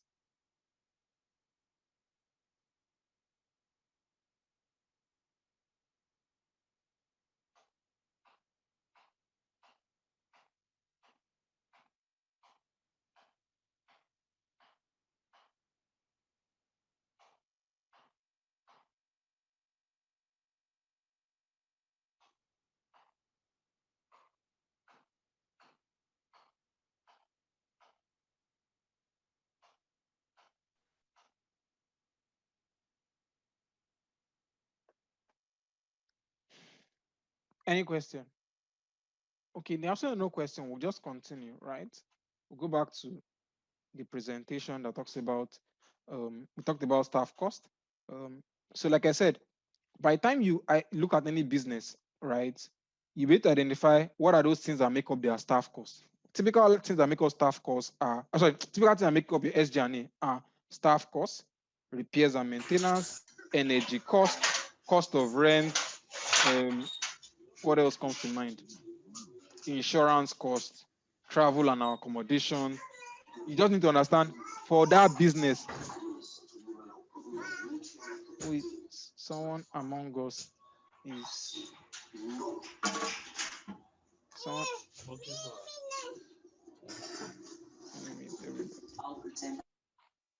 Okay, all right, sorry. I think someone had unmuted himself. So by the time you identify the key lines that make up your SG&A, you need to model it, right? So you just really identify historically what are things that make up this business SG&A, breaking down what are the drivers of those numbers, and based on that, model them, right? And one thing I'll tell you is that when building models, if you want to become better at building financial models, one of the first things you need to do is review existing models. When you go through models that have been built by other people, you see ideas on how well to go about building models, right? And trust me, YouTube has a good number of models already exist where Paul is talking about model, right? And you could actually learn a lot from just going through existing models. And Udemy also a good platform, and there are good books on financial modeling as well. Yeah.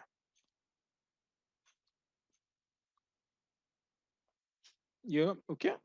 So another thing I did not mention was marketing cost, right? Depending on the nature of the business, right? Marketing cost could actually be huge, right? For businesses that are into like B2C, that business to consumers, they actually incur a lot of marketing. For example, a business that is into B2B, I'm sure you hardly see them do any adverts.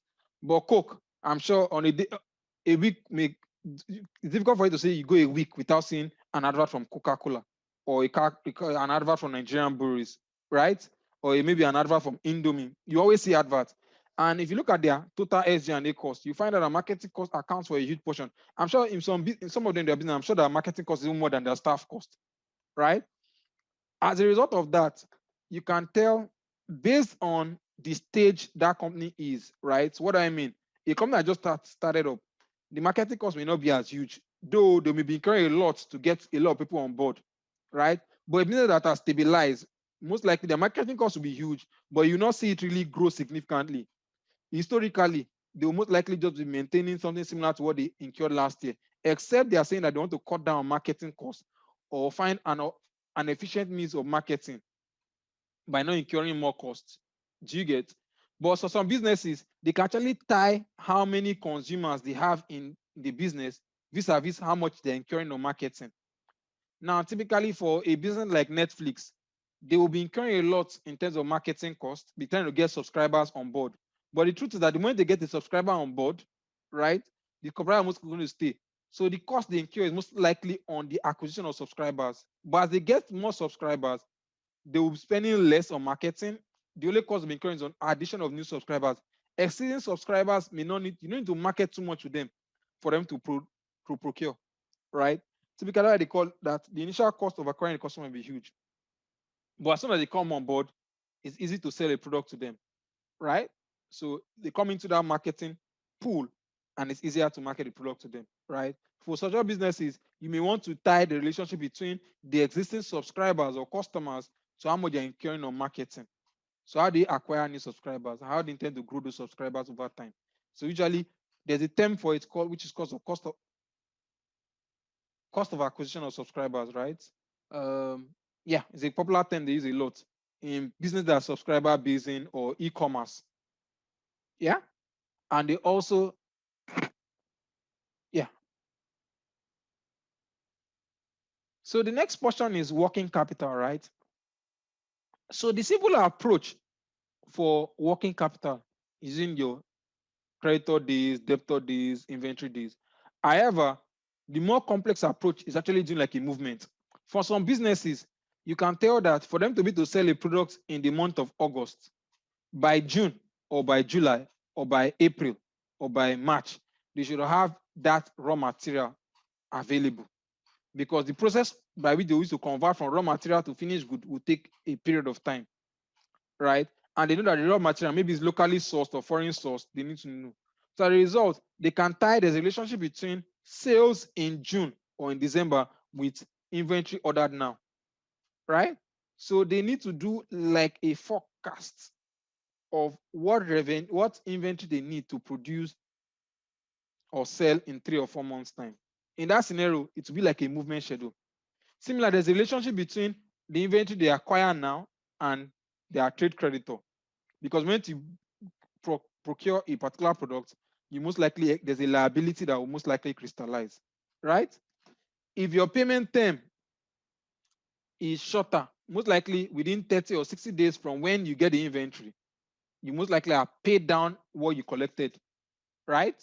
So a movement schedule will most likely be the scenario that will drive how you handle scenarios relating to trade creditors and trade creditors, inventory, and rights. However, the simplified approach is in your creditor days, which I will show you quickly, or your debtor days. Yeah. A simple Excel sheet again. Now, I've said my creditor days. Okay, let me go to the file. Yeah. So I had this scenario. In balance sheet, you have your inventory. Let me go to the calculation sheet. Yeah, I have my working capital. Where I've listed my debtor, creditor, and my inventory. However, in my input and assumption sheet, I've stated my debtor, creditor days, and my inventory days, which is listed here. Meaning that if I know my debtor days is 30 days, I can easily say, what is my revenue? Revenue is this. Revenue. Yeah. Divided by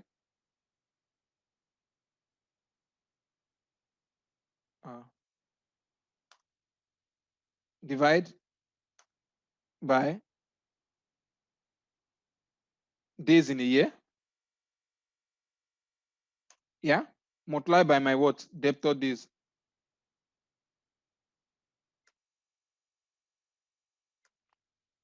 And based on that, I've estimated what my receivable will be, right? So in a particular scenario, equal to, let me just show you for example. I go to my income statement and I pick what my revenue is divided by days in a year, which I'd use a name for, yeah, multiply by my input, my debtor days, and I press enter, right? And that gives me what my debtor will be, and I can drag to the right. Sorry, let me show you. I need to lock this FN F4. Absolute referencing, and I can drag to the right. Yeah, and I have my, yeah, my debtor. And if I go to my calculation sheet, you'll see it's 417, 437, all the way. Yeah, can you see? All the way. That's it. So that same principle will apply to my creditor days and my inventory days. And I've gotten a simple approach of computing what those balances will be in my statement of financial position or balance sheet. However, like I said, there's a complex approach of saying approach of movement schedule. The movement schedule is more complex, but more realistic in terms of what exactly is occurring for the business. Yeah. Okay. Back to this. Am I even recording this? Let's check. Okay, good. Now, the next part is scenario management, right? So like I said, typically in the model, because it's an estimation of the future, it's not just a one cap fit all. So for key drivers in the model, you want to be able to say, oh, what exactly are the things that are key to this model? I know that it may not go this way. So I want to create some level of scenarios, right? So that if things don't go as planned, what are the alternatives that I could go by? So for example, I said I want to increase my price by 5% or 20%, or I want to drop my price by 20% from the original price. What will be the implication of my final numbers? So that it can properly guide me on making a decision, right? So typically what people use is they can use the choose function or index and match, right? To manage scenarios. So I'm going to create a simple scenario, for example, now. Simple scenario, I have a product. Let's call it product A. And I have year 1 plus 1, year 2, and I drag it all the way. Yeah, all the way to year 10. And let's say let me get the random number between 100 to 200 to get my units of the product that could possibly be sold. Yeah, I have my unit of product that could be sold. See product A.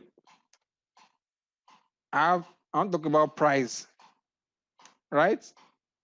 So I have 3 prices. I have my base case. Yeah, I have my best case. And I have my worst case. Yeah, let's assume my base case is saying that my price will be 100 naira. For the first 3 years. I'll increase it by 20 naira in my 3rd year. It will remain the same. 20 naira. Then in my 9th year, I'll turn it to 150, and I remain the same all the way to my 10th year. However, I'm saying that whatever price I am doing, for the sake of argument, my best case will be a 10% increment on whatever my base case price is. And my worst case is saying that it will take a 20% cut in my pricing. And I have my pricing here, right? And we've already said that revenue is simply what my price is times the number of units sold, and I put it here, right? So now what would happen now is that I would choose the scenario. I can have it here, I can have it at the top of my model. But for example, I'm going to put it here, for example, using data validation, right? List, source, select the range, okay? So I can choose the scenario I'm interested in, base case, worst case, best case, right? Can someone tell me the function I will write at the top here to derive the value of the chosen scenario that I'll be using? Can someone please tell me?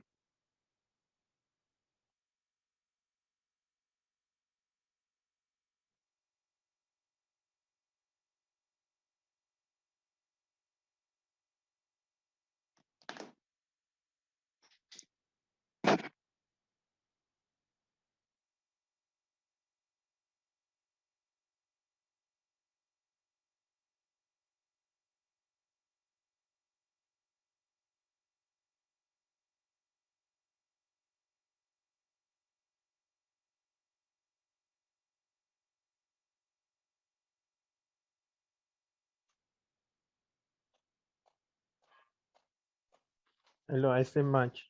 Match Match. function. Okay, so I saw match, I saw index and match, I saw VLOOKUP, I saw, yeah. So basically, this is what will happen, right? I will show you two approaches to do it.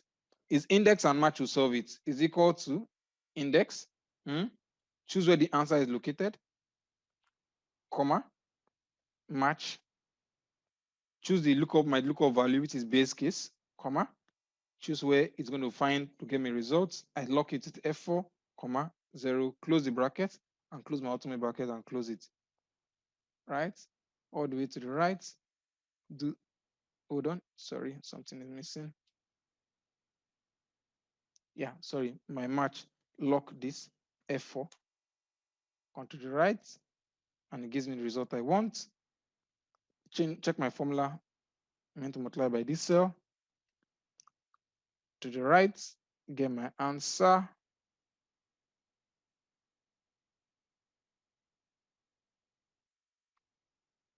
Yeah, so that gives me the answer. So if I come here and change from base case to worst case, notice my answer changes. Here, choose base case. Can you see my answer changes? Because the value here has changed, right? And that's it. The other option is to use the choose function. I would not show you how to use the choose function. I'll just tell you how the choose function works. And I want everybody to try it on their own and see how they can make use of it. Choose function takes an argument, the index, and all the options that will be available. So for example, these are all the options that are available. Is equal to choose, right? What number I want? I want the first number, comma, my values, comma 1, comma 2, comma 3. Can you see my first value is 110, and that's what I've chosen for it to do. So I want everyone to write a dynamic one that can handle it, and to giving me my values based on that. Yeah. All right. Yeah, index and match. Okay. So I have simply explained scenario, which is what we've done here. And that brings us to the end of this introduction to financial modeling. Any question?